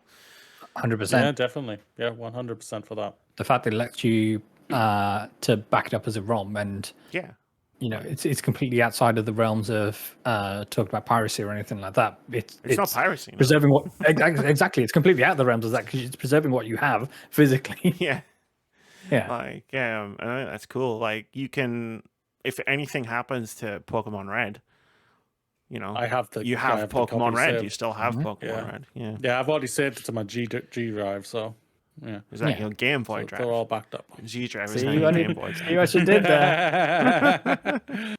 I see. Yeah. So if there was ever a day where you wanted to, I don't know, like mount and frame, like red, blue, and yellow, and have them in the frame. And I've seen those. Yeah, those you can still, yeah. That would be cool. Maybe something I could definitely do where I don't even have to take them out because I've got them in my PC and whatnot, and I could just frame them and everything. I never thought of doing that. I could definitely look into doing that. Knowing Moody, like, that's a great shout, Vitz. But knowing Moody, there's just a higher probability that he'll just buy 3 more cards just to hang on the wall. Oh yeah. No, I swear, no. We'll budget this into the Japan. Well, the label on this one isn't entirely perfect, so I need a different cart in order to have a perfect label, pristine copy. Yeah. Like, I only got the cartridges. I didn't even get the ones that have manuals and the boxes and everything. It's just disgusting, the prices for it. Yeah, you can pay a lot for a manual or a box. Yeah. Like, it's one of the things I like about, like, the older, like, generation of, like, games, like, collecting them is, like, you don't necessarily need the original boxes. Like, you can just have the cartridges and they still work. Exactly. I've been on Boomerang, like, I feel like it's been a good week and a half at this point. I have 10 Pokemon games on my Boomerang list, and I'm like, just send me one. Please. For God's sake, please. Send me one. And they're just like, nah. Do you want Pokemon Snap? And I'm like, no, I don't. I want a Pokemon game. But instead, I've been in the lands between. Like, after, was it last week when I said on this podcast, oh, I'm gonna, like, spend my time playing through my backlog of, like, weird indie games. Was it literally 7 days ago? I think it was. And then what I did was on Saturday, so, like, not that many days after I made that declaration, I just downloaded Elden Ring. So I saw it on Steam, and I saw Elden Ring go on the Steam sale, and I always thought to myself, like, oh, I'd love to buy the game on PC, especially now that I've got a cool new graphics card. Thank you very much, Moody. And it went on sale. It's like $34.99, and I was like, cool. Like, and then the edition, the bundle with Shadow of the Erdtree is not discounted at all. And then I was like, but doesn't that just mean if I buy the bundle, I'm paying extra for Shadow of the Erdtree? Mm-hmm. So I was like, oh, I guess I'll just download it on my Xbox, which is the platform that I own Elden Ring on. So I just did that. It took all day. It finished 10 minutes before the Resident Evil stream started for me to finish downloading Elden Ring. Thank goodness for that. Yeah, no. Sorry, guys, we're going to have to delay. Then Amy would have been moving like she was on tank controls. That would have added some, like, pixelated tank gaming. Exactly, yeah. But so I've dumped like 30 hours into it. Like, my goal was to get back to the point where it's like I can access the DLC. Like, because those motherfuckers at From Software were like, you have to beat one of the optional endgame bosses to get the DLC. And I was like, why? You ate my save file. I don't want to do all that again.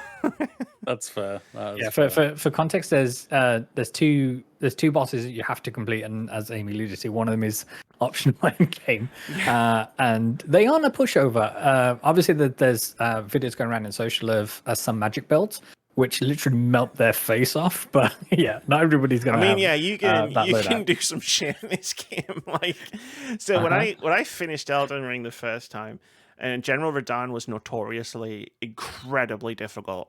They did balance him down with a patch, and this isn't me saying, "Oh, I beat him before the patch. Check me out," because I didn't. What I did was, I went out and I grinded a bunch of levels to level up my faith to get the dragon spell that casts Scarlet Rot. Yeah, what he's weak to. Rotted him, and then kept summoning all of the people, and I just rode around on my horse. It Yeah, took a good so like the- 15 minutes, but he died eventually. And that was Mhm. how I beat Radon pre-patch. Moody, just for context, so General Radahn is a boss which happens at a festival during the game, It's and really epic. yeah, all of the biggest and the baddest come round to this festival, and they're all trying to like test their might against this General Radahn, who has literally stopped the stars from moving in the sky. Nice. And essentially, there's different sigils on the ground, and you can summon all the people to your back and There's forth kind like of thing 5 or to go 6 of take them. on. Yeah. To take on the boss, and these are all NPCs who you've met throughout the game, kind of thing, to up until that point. The cool And, ones and patches.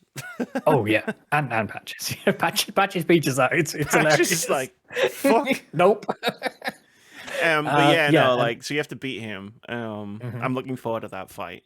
Because I want to do it properly. It's like when I streamed the first boss, Margit, Moody was there. I Yeah. accidentally broke him the boss and never actually did the fight properly.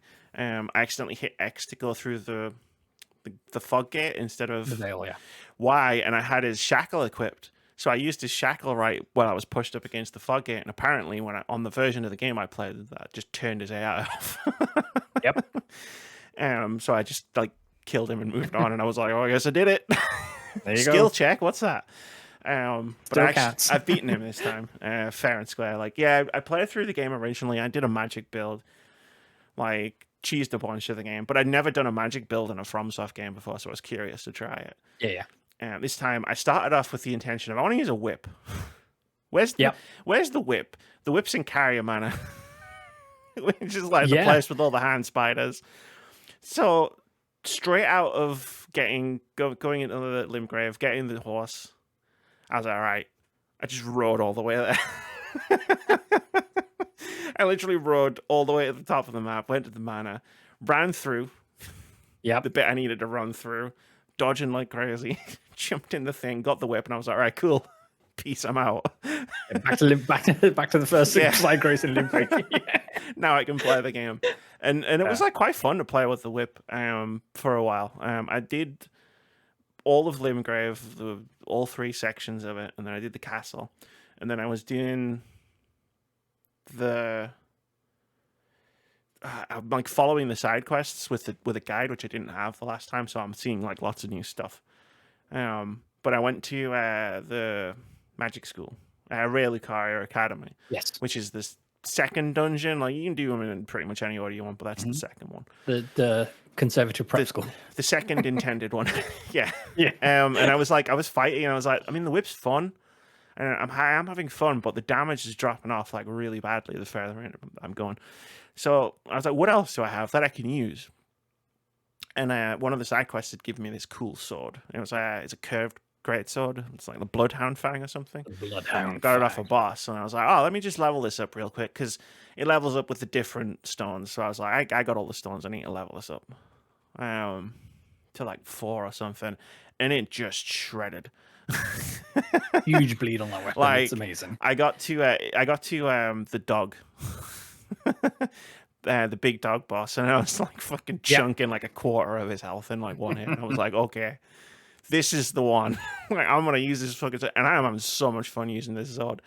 Like, its Ash of War ability is amazing.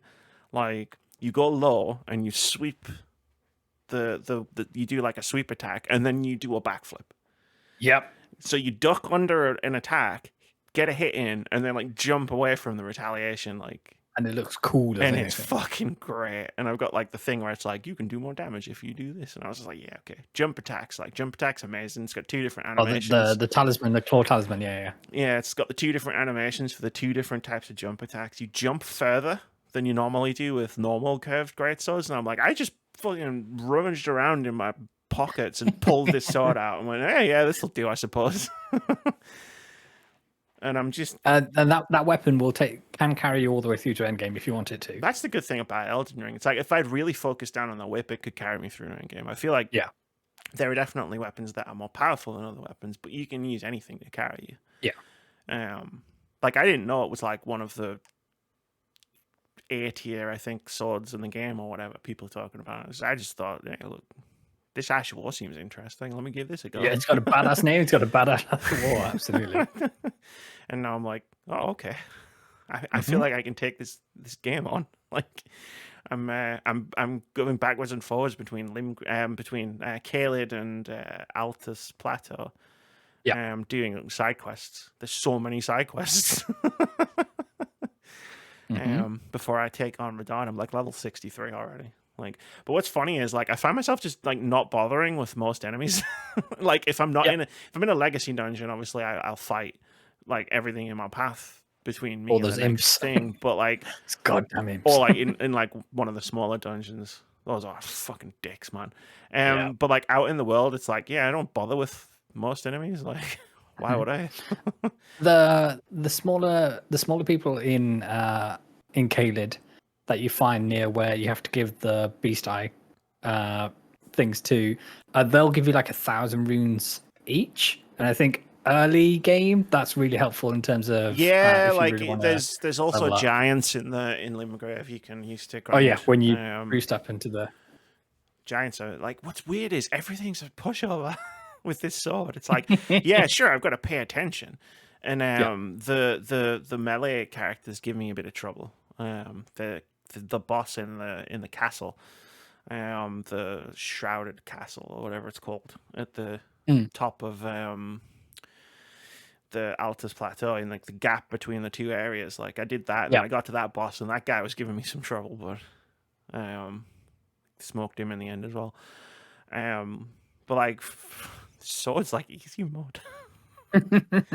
that's your difficulty. There's your difficulty options, everybody. But yeah, I mean, you still have to pay attention and know what you're doing. But yeah, no, it's been a fun thing. I'm looking forward to getting to the DLC and hopefully not burning out by the time I get to that point, because it's going to be at least another 30 hours before I'm strong enough to beat Moog.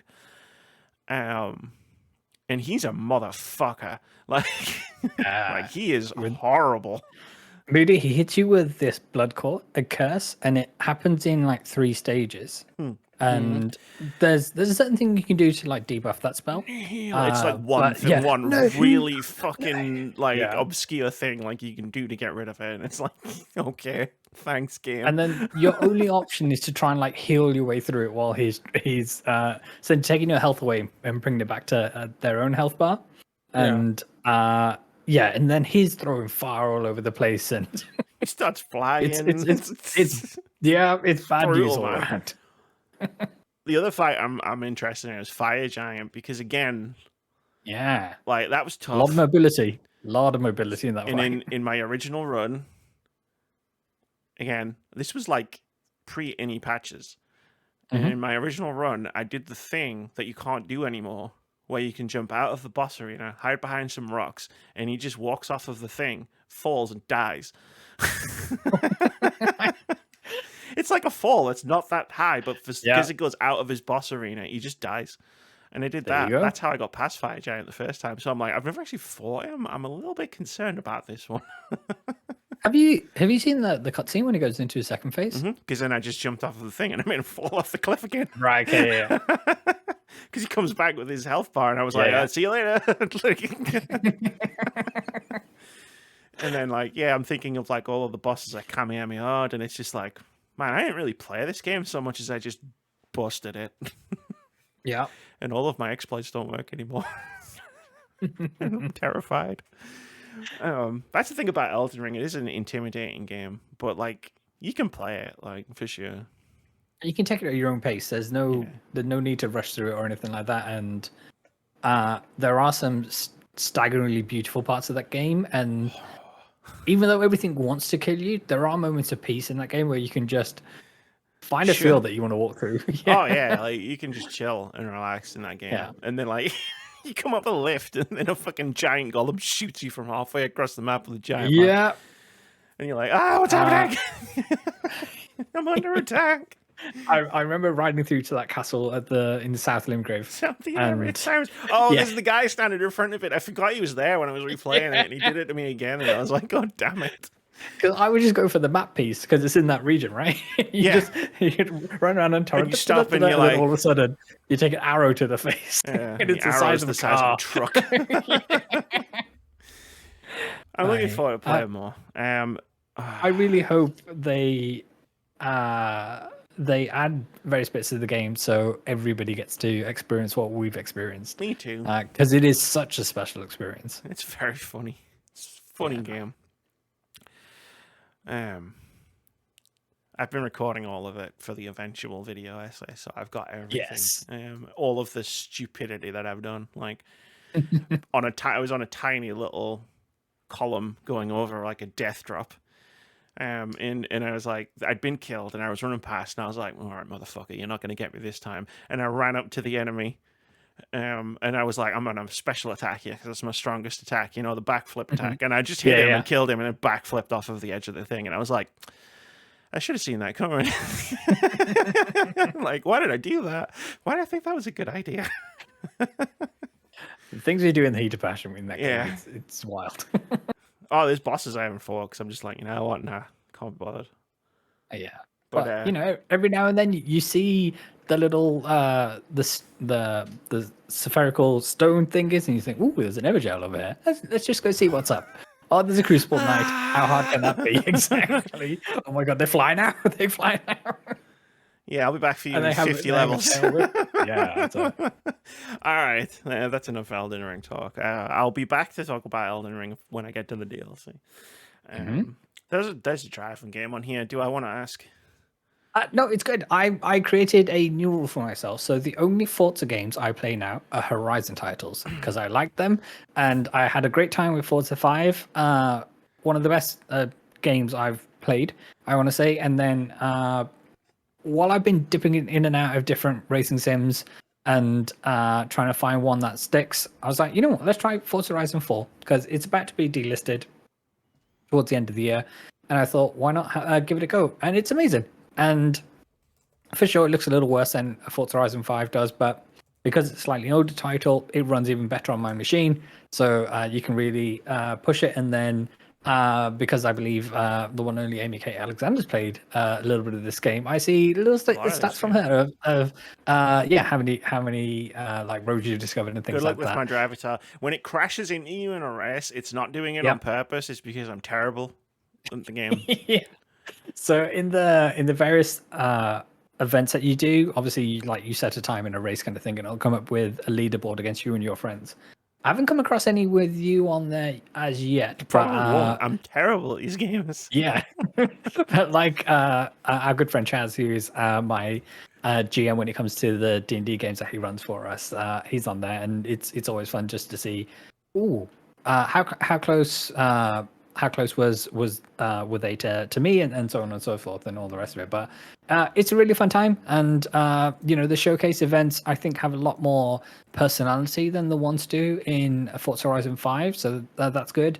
Today we did the Halo themed one, where Cortana comes to you and says, you need to get to the beach and whatnot, and then you drive the Warthog from the game. I just did a race against the vehicle from Cyberpunk 2077, and now that's in my garage now. And so I think in terms of integration like that, it's a lot stronger than Forza Horizon 5, but from a pure gameplay point of view, it's still amazing. And the only Forza games I'm allowed to play now are Horizon ones because they're the ones that make me smile and not cry.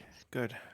And this is a rule you will stick to. If I see Forza Motorsport update 1 point whatever, I'm going to be very cross. Mm-hmm. I'm sticking with Gran Turismo, but for Forza, it's only Horizon. Gran Turismo is the only one you're allowed. How about that? Until Assetto Corsa makes you angry. Evo comes out. Yes. Okay. Great. You're allowed to talk about ones you like. I love that, but there you go. I'm concerned about your mental health when it comes to these driving games. Yep. But yeah, Assetto Corsa Evo is coming later this year. Hopefully, it'll have a career mode worth its salt. And if it doesn't, then that's fine because that's the way the world works, apparently. Aside of that, I picked up Hades in the Steam sale. Yeah, I was going to ask, who's been playing Hades? It's me. So I've been behind the sticks of our boy Zagreus, and still very early in the game.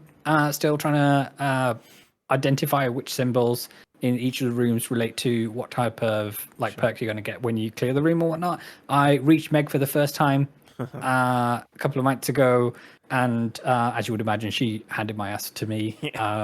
But yeah, looking forward to getting back up there and learning the moveset and whatnot. So I'm still leaning towards the... Oh, I just unlocked the spear.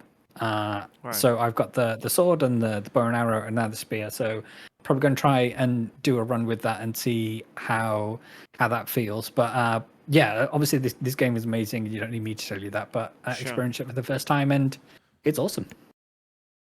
I love the fact that like all of the I think because obviously you have to, I don't know, I'm not going to say that, but like I definitely beat the game with all of the weapons at least once, and like I love that you can like modify them to work completely differently. One of the boons you can get is the hammer, which like isn't Daedalus' hammer? Yeah. And like you can change the function of some of these guns. Like I was having real trouble with one of the weapons, just because of the way it worked. And like I got the hammer boon coming out of the door at the beginning, and like it was like, oh, make it work like this instead. And I was like, okay, and I did, and I just shredded. I shredded the game. I was like, oh damn. So I think in these early runs, I think it's still in that process of teaching you. Obviously, it's okay to die, it's okay to fail, and all the rest of it, and you're still learning a few of the mechanics. And but you know, I'm going to the mirror in his room and getting some of the permanent buffs that you get. Like when you go through a door, you get some health back and all the rest of it. So I'm sure after a few more of those runs, I'll learn more about the mechanics and whatnot. But Internet, you weren't kidding when this game got thirsty real quick. You have no idea. And it's like, oh boy. But yeah. Just wait till you get some more further into your travels. But yeah, I know it's really cool. The thing about Hades that I really enjoy is it's a roguelike where it's like you have to die to progress this. All of the storylines won't progress if you don't, 100%. if you don't die. So it's like dying isn't necessarily, oh man, like I can't believe I died and I have to start again. It's like, oh cool, like let me see what I can talk. Who wants to talk to me now? Like, oh, I got a cutscene. Oh, like this person wants to talk to me. It's one of the reasons I loved it. Like we're finding out.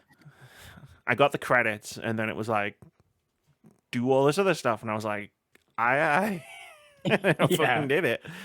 Yeah. So we were just starting to get some of the crumbs of like the soap opera, which is like this Greek pantheon of who are some messy bitches. Exactly. Like I know the Greeks are out here hoeing it up in these streets to begin with, but yeah, the seeds that they're sowing here is going some places. So I listened to this podcast. It's been on for years. It's called Let's Talk About Myths, Baby. And it is literally just about how each episode is like a Greek myth. Okay. And it's it's pointedly retold from a feminist perspective, but also just about how ridiculous all of this stuff is. Yeah. Like, and it's a great podcast. Like, if you have the slightest interest in Greek mythology, like, just go and listen to the first episode and you'll be hooked. Yeah. But Hades is good too. Yeah. And that's me for this week. Yeah. Just in time. Mm-hmm. It's like I know how to do this or something. I'm getting there. I'd hope so after 410 episodes. I've only been here for like 400 of them. Yeah. I've had episodes off.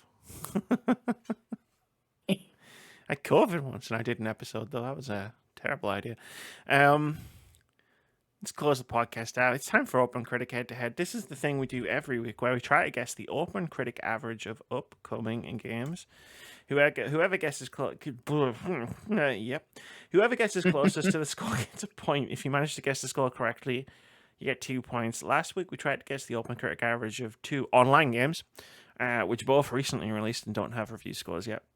Final Fantasy 14 Dawn Trail and Zenless Zone Zero. So we'll be back to see who got the points from that in a bit, probably Moody. So instead what we're going to do is we're going to add to the list with the game coming out next week called Angerfoot. This is from Devolver Digital. It is. I played a demo of it Looks a pretty long time special. ago. It's not my kind of thing, but like it is pretty cool. Like I played the demo of it at a Next Fest at some point. Mm-hmm. And yeah, you just run around kicking doors in and killing people. It's great. Like it's like room by room. It's like a first-person Hotline Miami almost. Yeah.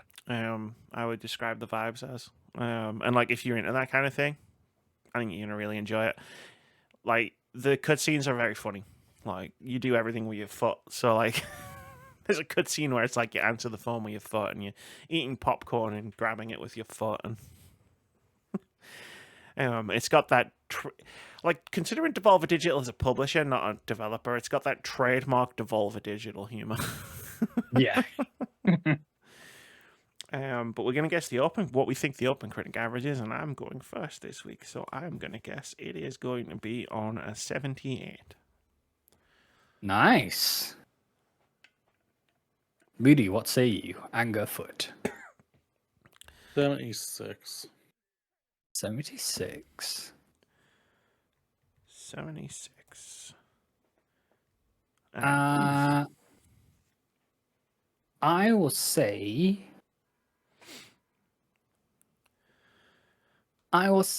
79, please. 79. And Yeah. that's that. Angerfoot. And that's it. I think next week we should do a fantasy critic check-in because we haven't done one for a while. Oh yeah.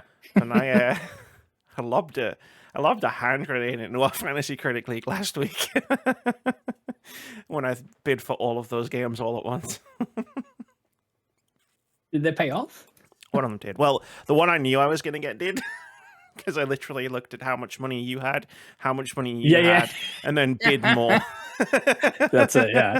Yeah, I knew it. Take off the board. I bid 15 for it, and I was thinking, I know I'm not going to get this, but you know what? Why the hell not? And then I put that was Echoes of Wisdom, and then I put Luigi, the Mario and Luigi game in as like a distraction. I think my goosey cooked anyway because when we first did this, and you was like, "Oh, I'm gonna have Dragon Age Veilguard," and then I at the time it was a then... meme. It was. Yeah. I was like, That's I was gonna doing be the it one for a that stinks me. joke. But I like that I'll fatal linked. Whatever Dragon Age gets, like, Oh yeah, is gonna. mm-hmm. But it might still not come out. You know, it's one of them games. It's one of them AAA games that they get delayed a lot. They sure do. But yeah, no, I did literally like look at how much money you both had left in the bank, and then thought that's how much I'm gonna bid on Echoes of Wisdom.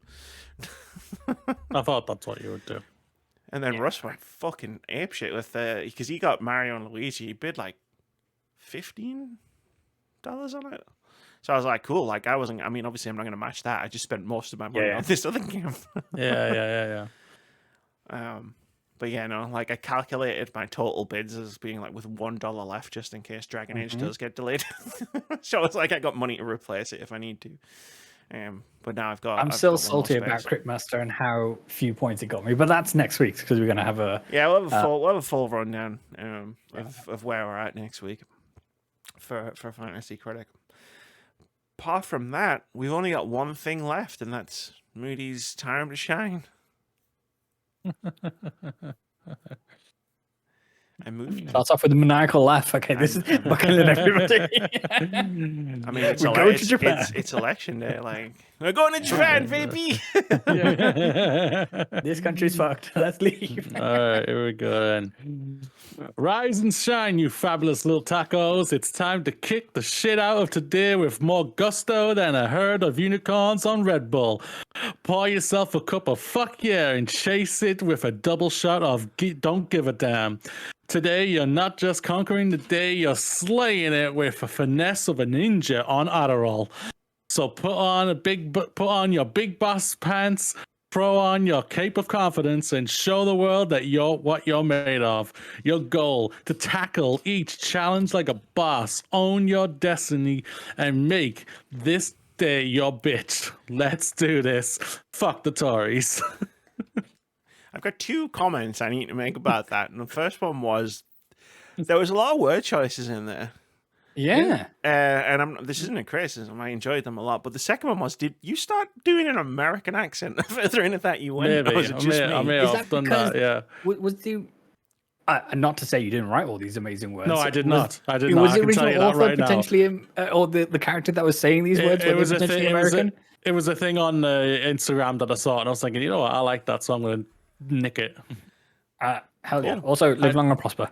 And yeah, Yeah, sure, live we long need and to go prosper. bye. I found this guy. Yeah. Bye-bye. High five this guy.